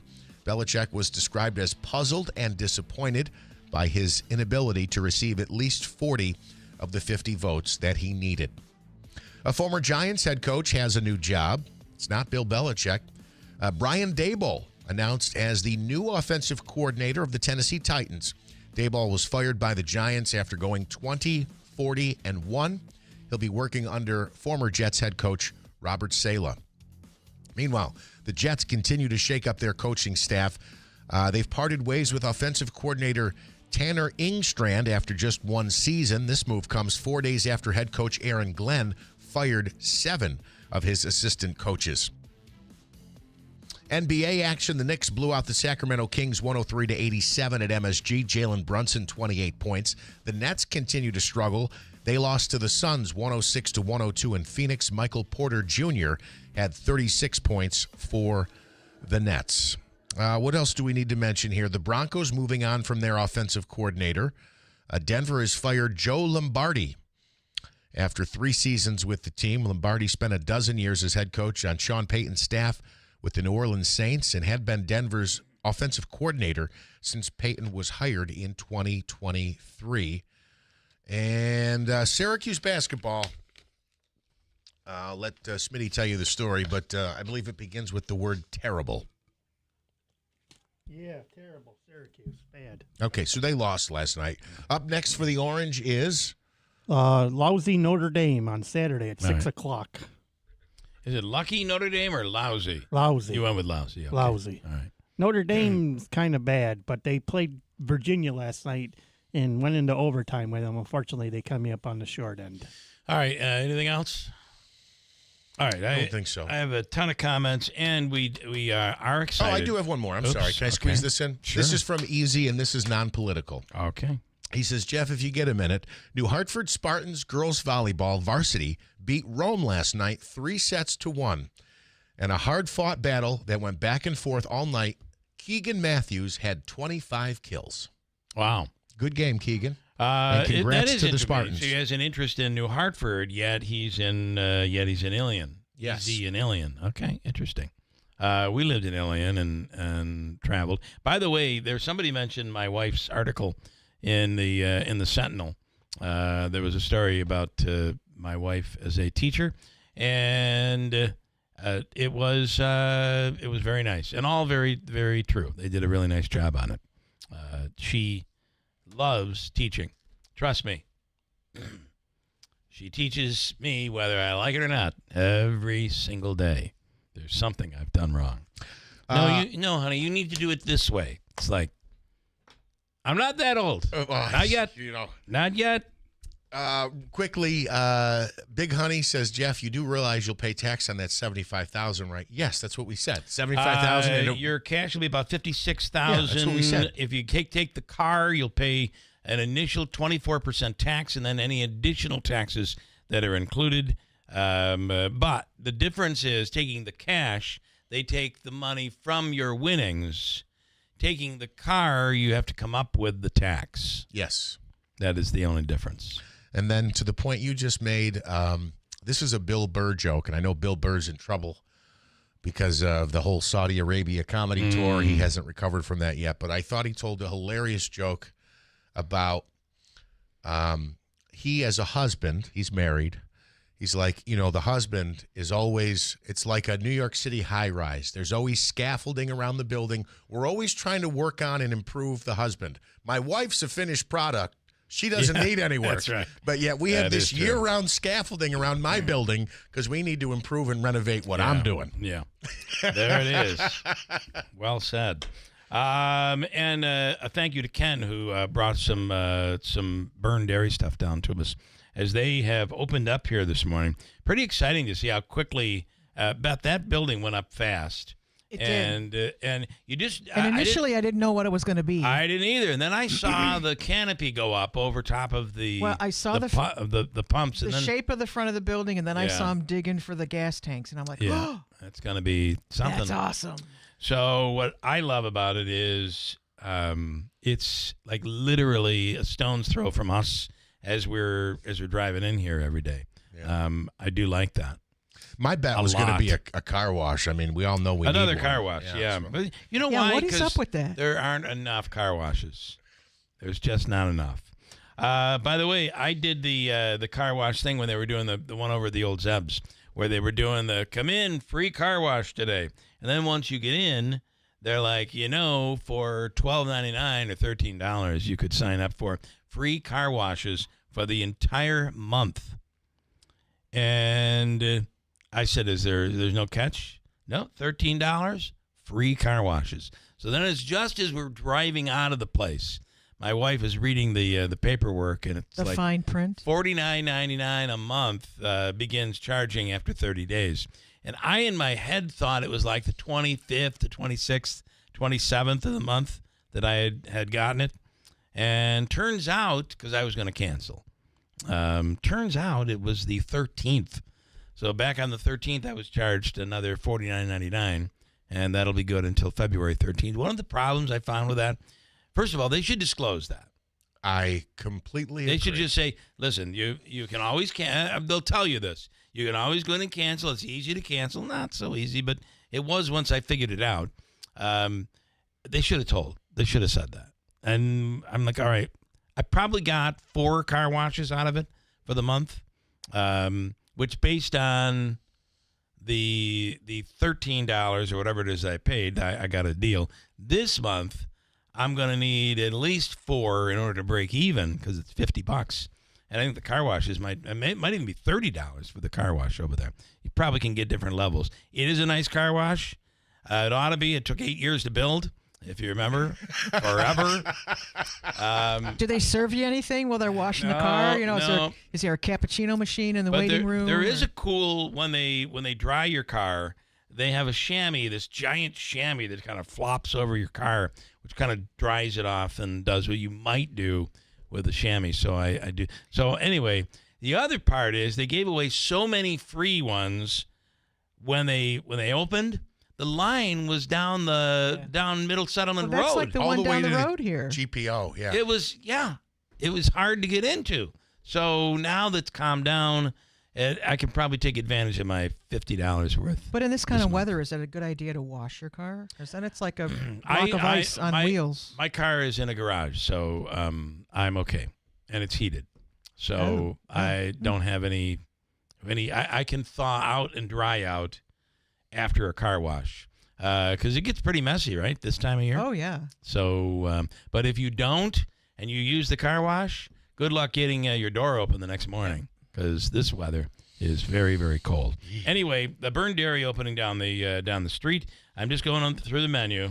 They have wings. They have ice cream and their own brand of ice cream as well. Chocolate milk, regular milk, and the glass bottles, hot sandwiches, deli sandwiches, wraps and paninis, specialty pizzas, breakfast pizzas.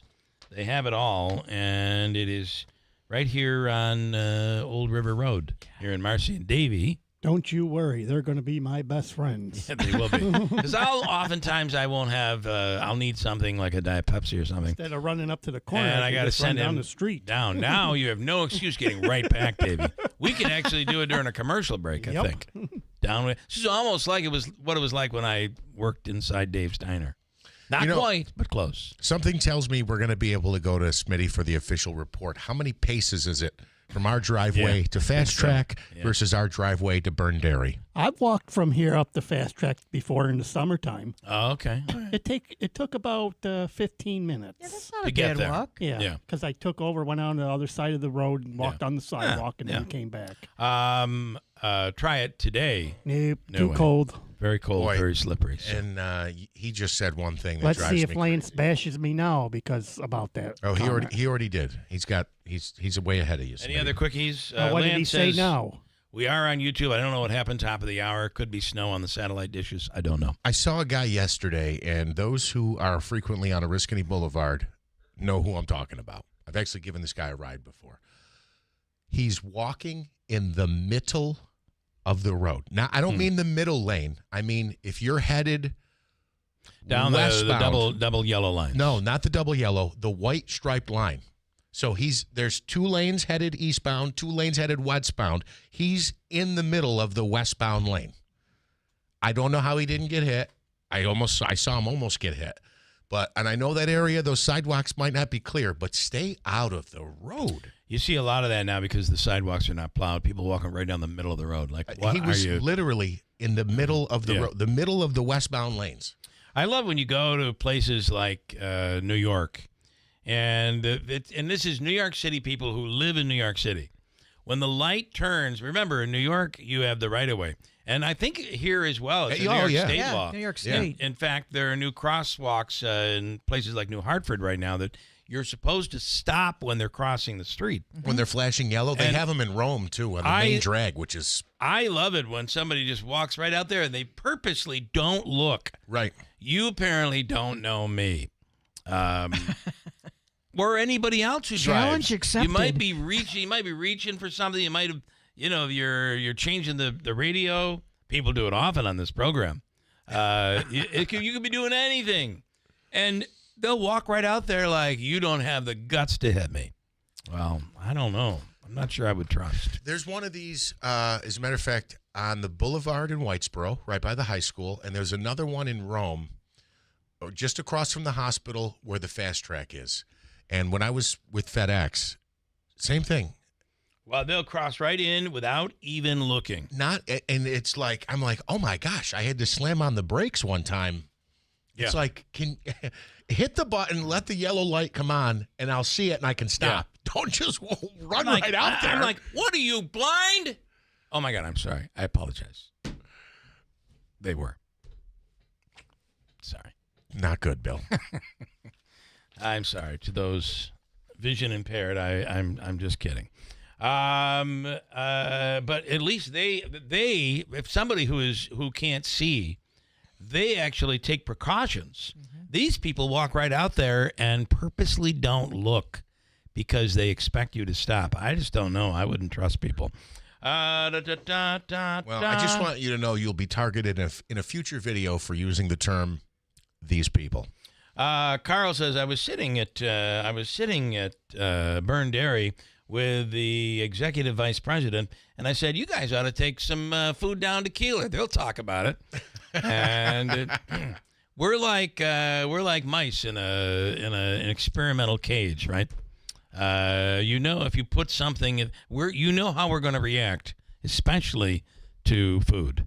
Yeah, that's kind of a Utica thing, though. It might be. It may be. If you have an event that you've never had before and you want people to come, you need to do one of two things or both. Offer to feed somebody or offer them a drink.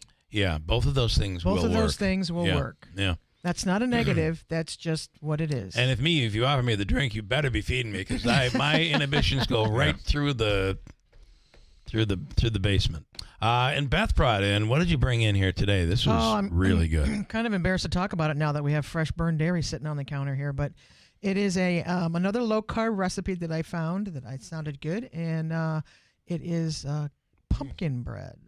Pumpkin and chocolate bread. And chocolate, and it's low carb. Yep. And low carb, low I took glycemic a little index. Piece earlier, and it's really, really good. Good. You're a very good baker. I cooked them with you in mind. Thank you very much.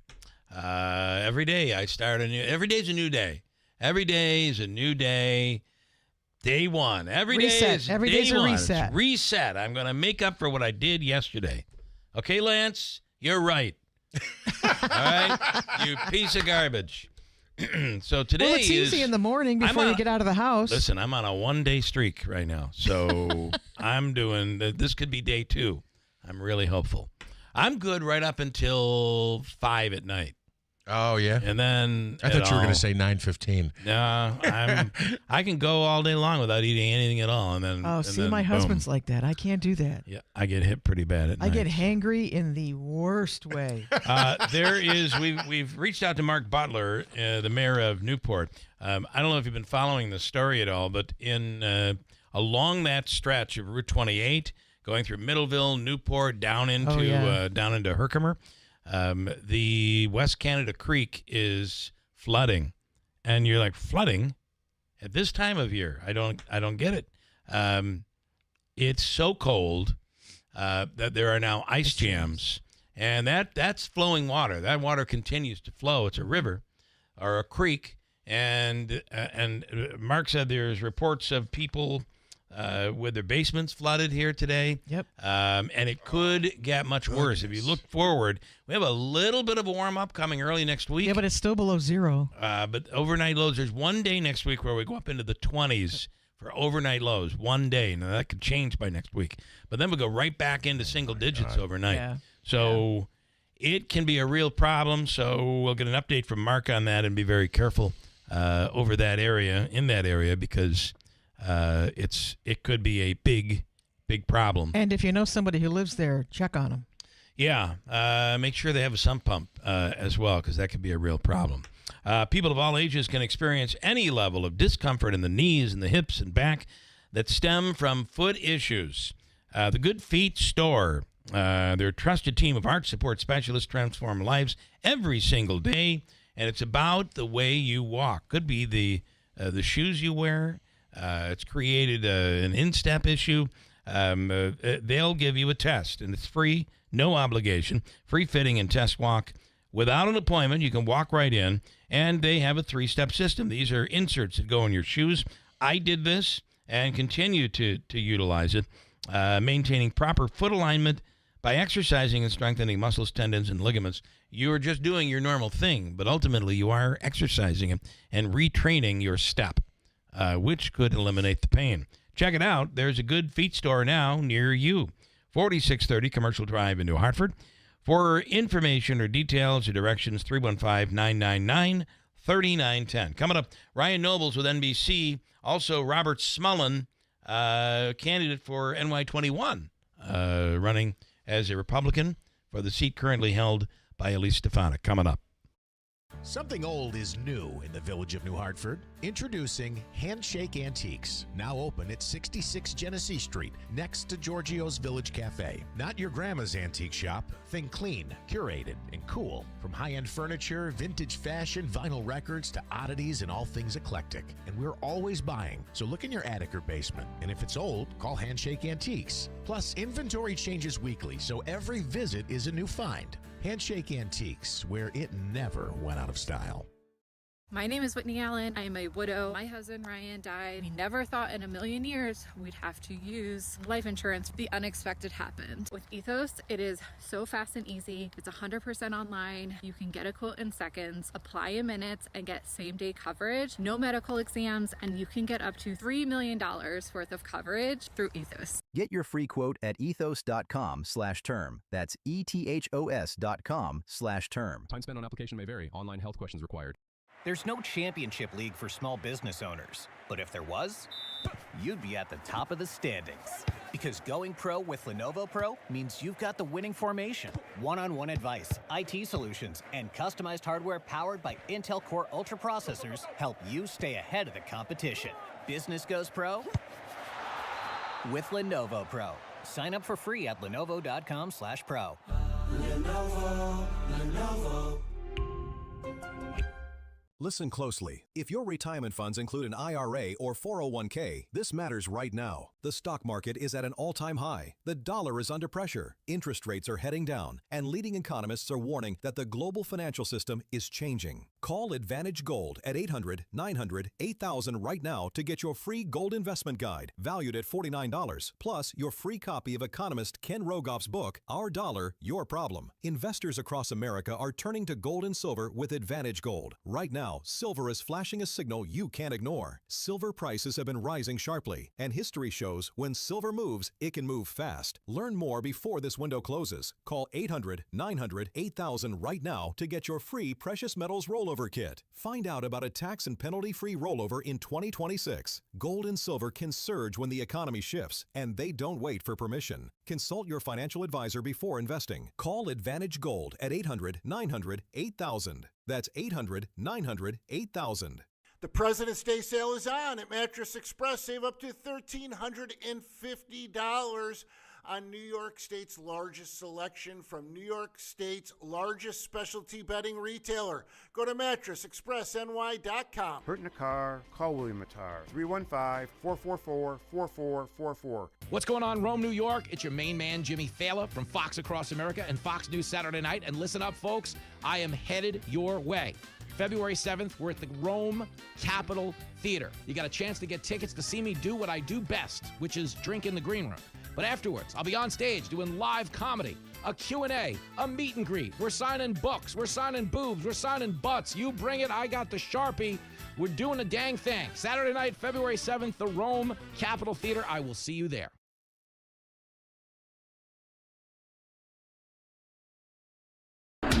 WIBX. This is Keeler. WIBX 950 and 92.3 FM. Now back to the Keeler Show.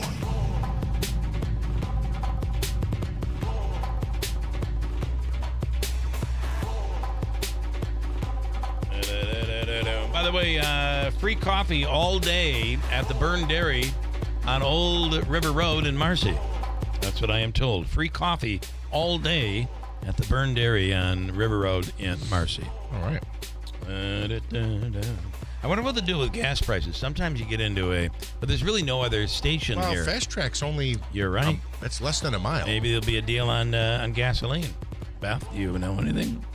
I don't know anything, No. but I don't know anything. Come on. That's a terrible That's statement. A safe it's like, way to Beth, be. what? You know anything? Nope. For God's sakes. Okay. I'm a space filler. Can I say also, though, since we brought it up, as I Davey, enjoy call this. call Really Mark good. Butler, Davey, can you? You have his number? Okay.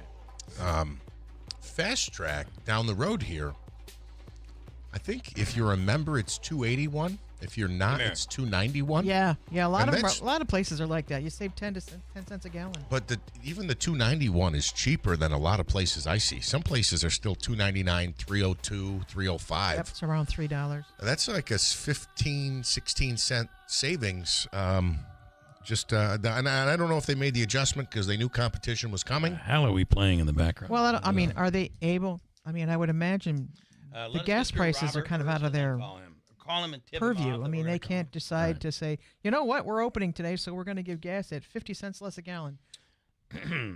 Well, whoever runs the store can. Oh, they do have that ability to do that? I think so, yeah.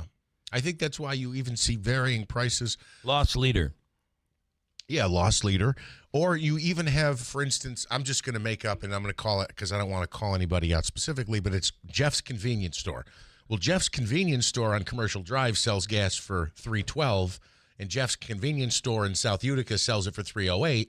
But in another place in North Utica where there's competition across the street, I sell it for $2.94, right? Right. And that's still Jeff's Convenience Store, but I'm kind of varying the price depending on my competition. It happens all the time. Yeah.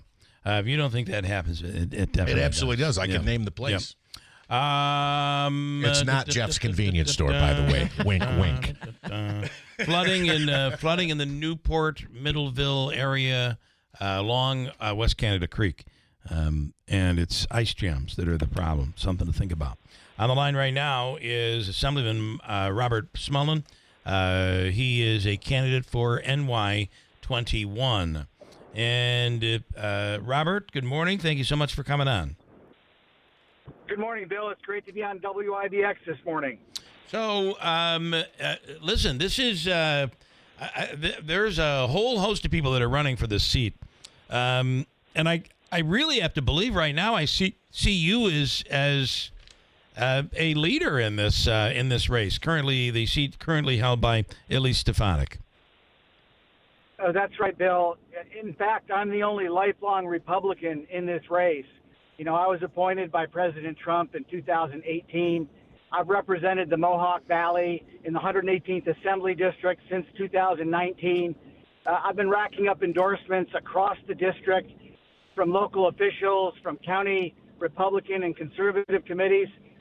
So things are looking very good. I'm the best candidate. I'm strong. I'm substantive. And people really need to know all about me. They can go to robertsmellenforcongress.com to find out. All right. All right. I want to ask you in regards to Minneapolis. Yesterday, the president really walked back, saying the rhetoric has got to be toned down on both sides. We got to bring the rhetoric down. 2 people have already died, and chaos in the streets and protests and ICE agents pulling people out of cars and children. And at what point is this going to calm down? The president basically saying he doesn't like what he's seeing. The other thing, he made a statement I thought very interesting, something the NRA disagrees with. And he said that man should not have brought a gun to that rally. He should not have had a gun. Quickly, the NRA came out and absolutely disagreed with that statement. Where do you stand on that? Are you with the president? Or are you with the NRA? Well, I'm certainly in favor of President Trump's policies in Minneapolis and in Minnesota and making sure that ICE is able to do their jobs unimpeded. You know, what we've got is an administration in Minnesota, the governor, Tim Walz, the attorney general, Keith Ellison, and the mayor of Minneapolis, who are actually encouraging people to interfere with ICE operations. That's never okay. But Assemblyman, they really haven't. They've not said. In fact, the mayor and the governor have both said you have the right to peacefully protest, but the key is peacefully protest. And I think the specific words that came from the governor was, don't give them a reason to do something to you. Be peaceful. Don't interfere, but you have the right to protest. So this rhetoric that you have the governor and the mayor saying get out there and interfere is absolutely not true. It absolutely isn't. What we've done is we've crossed the line here from civil disobedience, from peaceful protest by people that are exercising their First Amendment rights, to now they're actually interfering with ICE operations. I understand that the president has now sent Tom Homan to Minnesota to straighten things out. That's great because Tom, he's from upstate New York. He's done a great job. He spent his entire service with DHS and doing immigration enforcement. So I think things are going to be on the right track there in Minnesota. I mean, are you okay with some of the looks, the visuals we've looked at here? Are you okay with this? They're cover. I mean, you're a military guy. They're covering their face. They're quick to shoot. They're spraying people with pepper spray right in their faces. Well, listen, if you walk up to me and you punch me in the face and I punch you back, you can't cry that I'm violent. Who started this? Who came first? Which came first? I mean, at the very least, as a veteran of the military, I've heard from several veterans who say this is not how we would act in other countries like Iraq or Afghanistan. We wouldn't act this way. Why is this happening in our own country within Minneapolis? Well, you're right, Bill. You know, I spent a lot of time in the Marine Corps, including 3 tours in Afghanistan. And I know all about the rules of engagement and trying to apply them in very murky, unsettled, very often violent situations. And my own experience is that the rules of engagement need to be evenly applied, and people need to actually know what they are so they can react accordingly. And in this case, we've got protesters who are going way beyond the line of civil disobedience. And they're in confrontations with ICE agents. They're actually enforcing federal law. So you think what was done to this guy on Saturday, that he was? I mean, listen, I understand they're out blowing whistles. They're trying to warn families that ICE is coming into the neighborhood. Did you watch the same video I did? I don't see him as being civilly disobedient. He had a video camera in his hand, his cell phone. Yes, he had a gun, but he never pulled out the gun. Did he deserve to die? Certainly not. It's a terrible tragedy what has happened in Minnesota, and it's actually a tragedy what's happening in Minneapolis. But what you've got here is someone who took a gun to impede federal operations. That in and of itself is a crime. Listen, let's look at the facts. He never used his gun. He had a gun on him, which the NRA says is absolutely justified. We have a Second Amendment right giving him the right to bring a gun. He didn't take it out. He never took it out. It was taken out by an ICE agent when he was on the ground after he was pepper sprayed. So that's not true. Let's stick to the facts here. Well, certainly the Second Amendment is very important. It's rights that we have to absolutely have. And I'm sure this will all come out in the investigation. And I'm hoping that the federal and the state authorities there can actually come up with an investigation that satisfies everyone in this whole situation. And I think that's why I agree with President Trump sending Tom Homan there. This situation needs to be diffused, and things need to be made right. You would agree then? Obviously, Homan came out and said he had a conversation. It actually went well with the governor. That's a positive sign.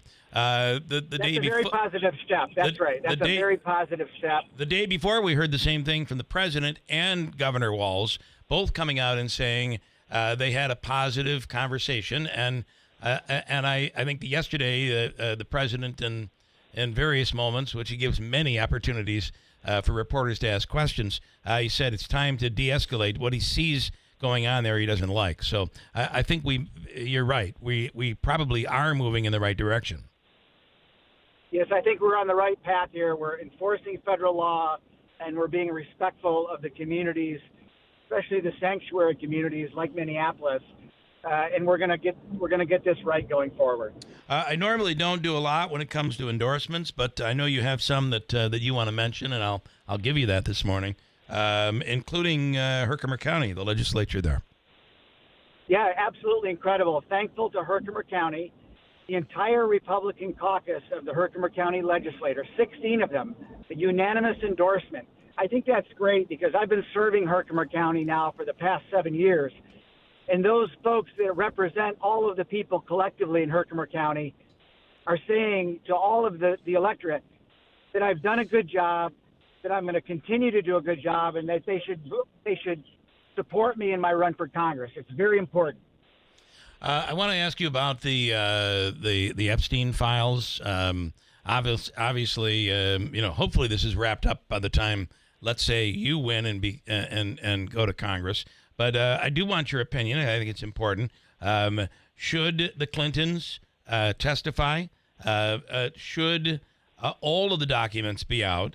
This is a three-parter. And what do you say to people on both sides, Democrats and Republicans, who right now at this point don't trust that everything is going to come out? There's going to be some things that will be redacted that we won't see when it comes to higher up people, maybe some of the super wealthy, some of the higher up politicians. I don't think people are confident. So three-parter there, starting with the Clintons. Well, yeah, I'm certainly in favor of transparency. And in fact, the vote in Congress on the Epstein file release was very one-sided. Almost everyone voted for it, and the president signed it. So it's the law, so it should be adhered to. And that's particularly true for someone like the Clintons, where there's been evidence of corruption in the past, and we don't want this to be a shield which they can hide behind, because they've been very clearly associated with Epstein over the years. So I think that's very important, Bill. What was the second part of your question, Bill? I apologize. The second part is, well, let's just make it the third. What do you say to people who are not confident? This is on both sides of the aisle. Not confident that everything is going to come out. Well, follow the law and release everything according to the law that was passed. I think that's the way to do it. People expect that. This has gotten so politicized that people are very suspicious of what's going on. So in order to make those suspicions go away from people, we should release all of it. Yeah. Okay. And then I'm going to ask you with a question. Yeah, no, I just wanted to mention, I thought it was very out of the box and it caught my attention. One of your ads on YouTube, there are 2 curse words in there. Yeah. And let's talk about. I forgot all about that. The you and I talked about this off the air last week. It's actually your opponent, your primary opponent, calling you a bleeping coward, and the rest of the commercial is outlining your military service and the sacrifices you made on behalf of this country. And you want to take a minute to talk about that? Well, yeah. So my opponent has called me an effing coward. It's completely unacceptable. In fact, I think that he is unfit to serve in Congress. He should apologize to me. He should apologize to all veterans for making such a statement. He doesn't know what's going on. I served in the military for 24 years in the Marine Corps. I went from second lieutenant to colonel. I worked my way up the ranks. I did everything that I was supposed to do, including 6 deployments, 3 combat tours to Afghanistan, including the invasion after 9/11. And I went back again as a combat advisor with the Afghan National Army. I was awarded a Bronze Star, given a combat action ribbon. And when I actually left the military, I was awarded the Legion of Merit by a 4-star general, the Assistant Commandant of the Marine Corps. And my opponent thinks that he can get away with calling me a coward. And it's clearly not true, and I demand an apology. My guess is from that guy, don't hold your breath. He's a doozy. I wanted to, this is from a listener here. This comes, in fact, from Lance and Lee. Please ask Mr. Smullen. I saw something online about solar panels on his property and something about them being taxpayer funded. Is any of that true? So do you have solar panels on your property, and is there a tie-in that they're taxpayer funded? I do, and that's part of my family business. But no, there's nothing with them being taxpayer funded.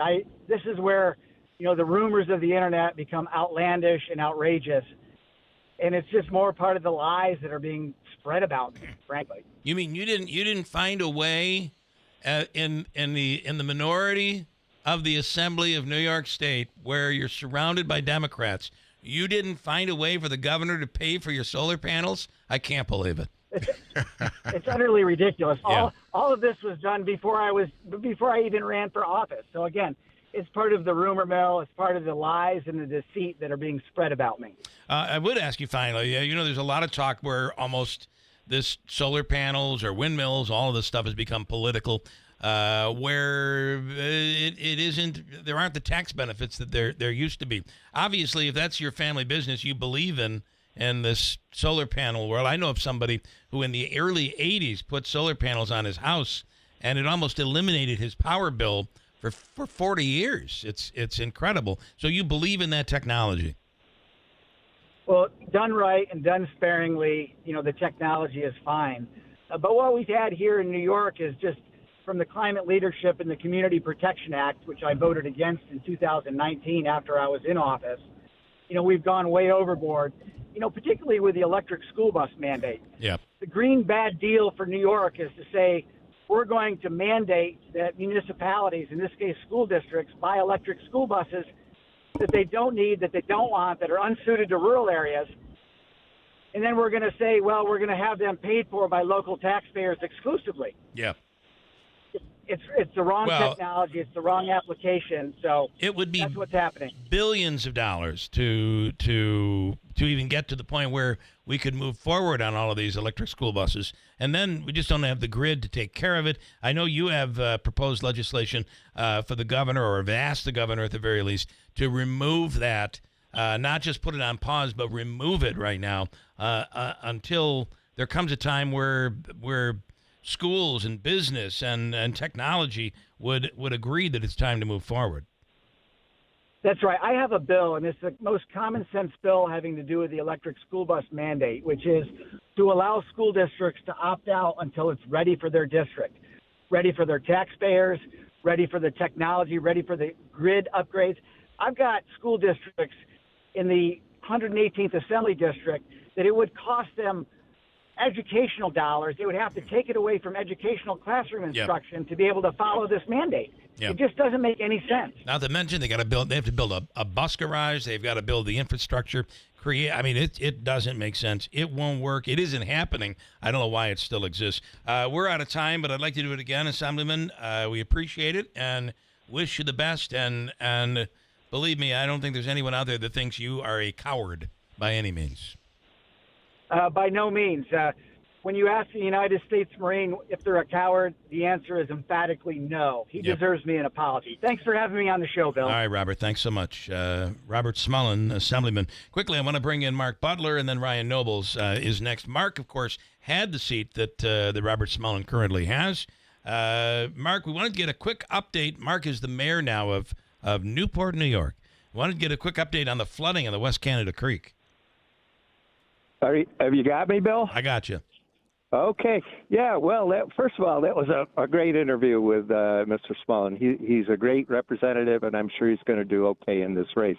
Getting to the West Canada Creek, a lot of people have the conception that the West Canada is this gently flowing stream, but it is about 95% of the time. But when things get roiled up, it can get kind of nasty. Yeah. Go back to the Halloween floods of, I think, 2019. But I took a ride up along the creek. I would classify it as potential flooding. In the area where this ice jam is, there are banks probably about 8 feet high from the creek level, maybe not that high, but and certainly with the ice and the water, it has risen up. It's still a couple feet from the top, so I would classify it as potential flooding. I don't think we're in a danger zone yet, but as I said yesterday, we've contacted the DOT at Route 28, and this morning things seem to be. I mean, we're certainly watching it closely, but I don't perceive a real danger at this point. At this point. All right, Mayor, we appreciate it. Thank you so much. And stay, what it would be, warm and dry there. Interesting to be talking about flooding this time of year, but that's that creek. That creek is, I think the Staten Island Ferry, they just announced, because there's so much ice on the water there, they've had to suspend operations. This steady cold can cause real problems. Well, that's it. And where the worst part of this is that's always a choke point for ice buildup. Yeah. It's historic. Okay. All right, Mark. Thanks for the update. We'll see you Super Bowl Sunday for the tailgate party. Waterfront Grill. Yes. All right. Yes. Looking forward to it. All right. right. Thanks so Take much. care. I am kind of looking forward to it, but without the Bills. Ryan Noble's with us right now. Ryan, good morning.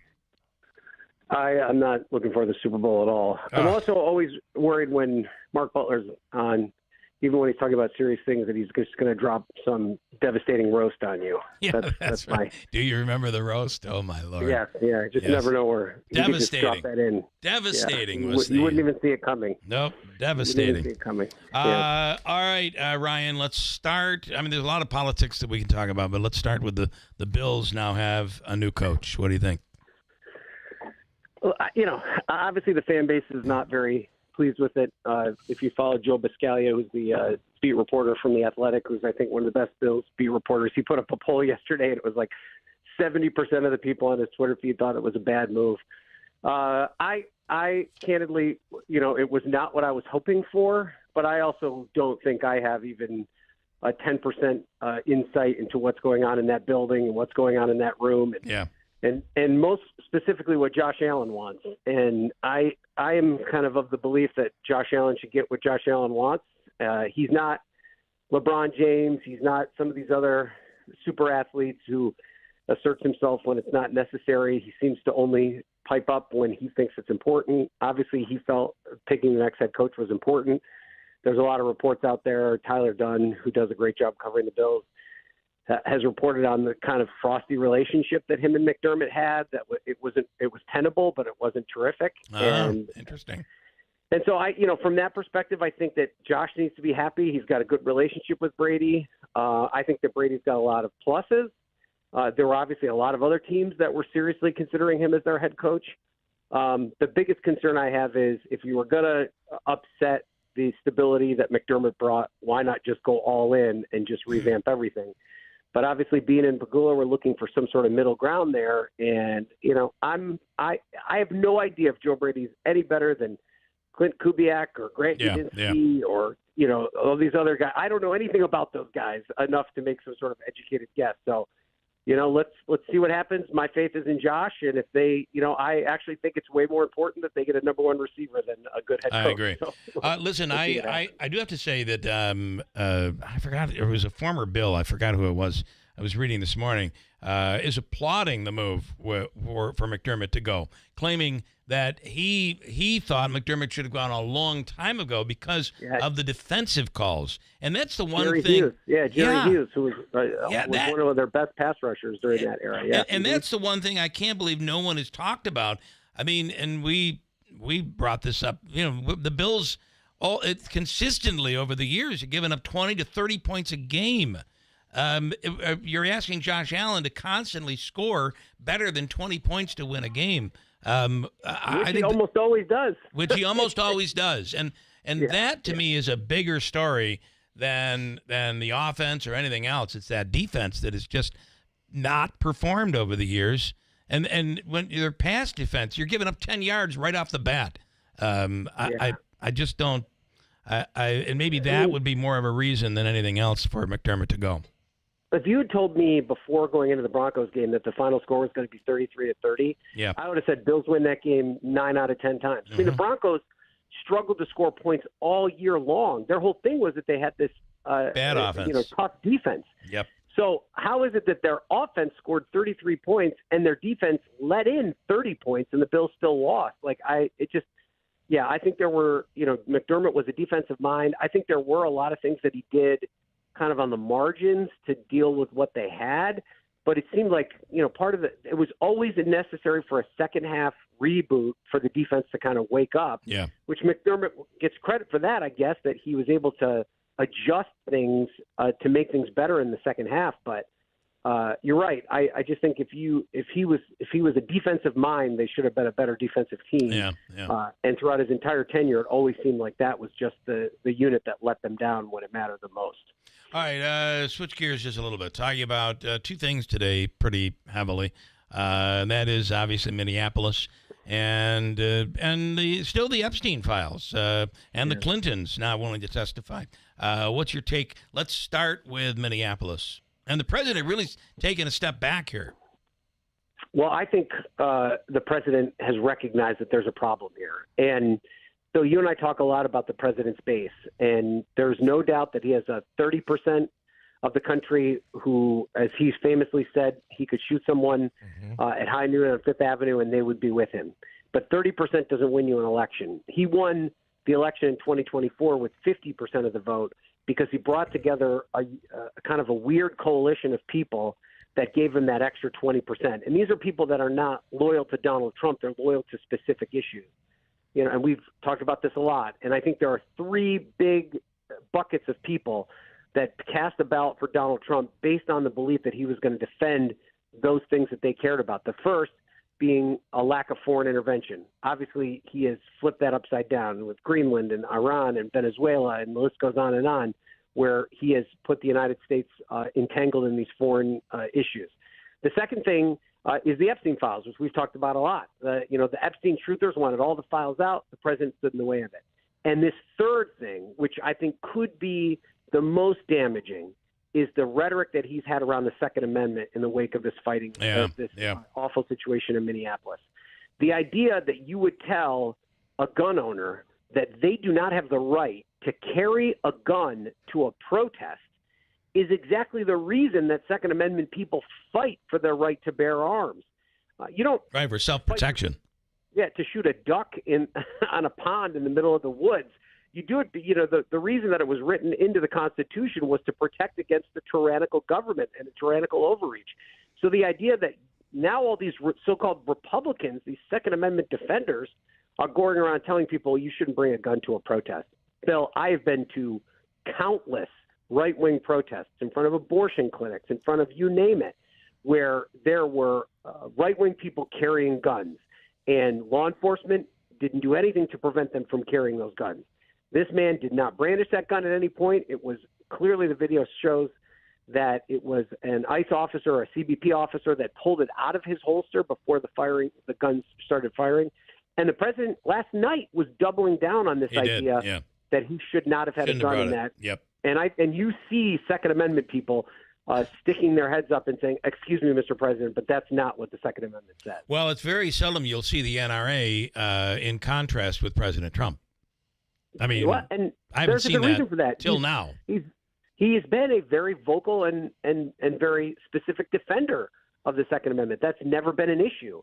But the second it becomes inconvenient for him, and I think this is where these people that are true believers in a certain subset of issues, they want to believe that you are with them on that. And if it seems as though it's just window dressing to win your vote, you're going to lose that support very quickly. Yeah. And I think that has become, and it's not just this issue. There's a long list of other issues where he's just not living up to the promises that he made to these groups in the run-up to the election. And I think that it's not going to come back to bite him because he's never going to be on the ballot again. But, man, if you're a Republican who ran on a MAGA platform and you're going to try and go to your voters in November and say, look at all we've delivered, and they're like, why did we take over Venezuela? Why are you telling me I can't carry a gun to a protest? That's going to keep Republicans from coming to the ballot box in November. You can carry a gun only if you support my agenda. That's what we do. Well, I thought it was. I mean, the comment he made yesterday, because he doubled down on this, and immediately it drew a contradiction from the NRA and other gun rights groups. So this is a tough area to get down for President Trump. I could not believe I heard what I heard yesterday. And he says, I've got an uphill battle. Ryan, you just made this point. I've got an uphill battle. They're counting me out. You're not on the ballot. You're not on the ballot. And you're not making it any easier for any Republican who is on the ballot, by the way. There was a story a long time ago we were talking about, God, this goes back dog years, Greenland, taking over Greenland. Oh, wait a minute.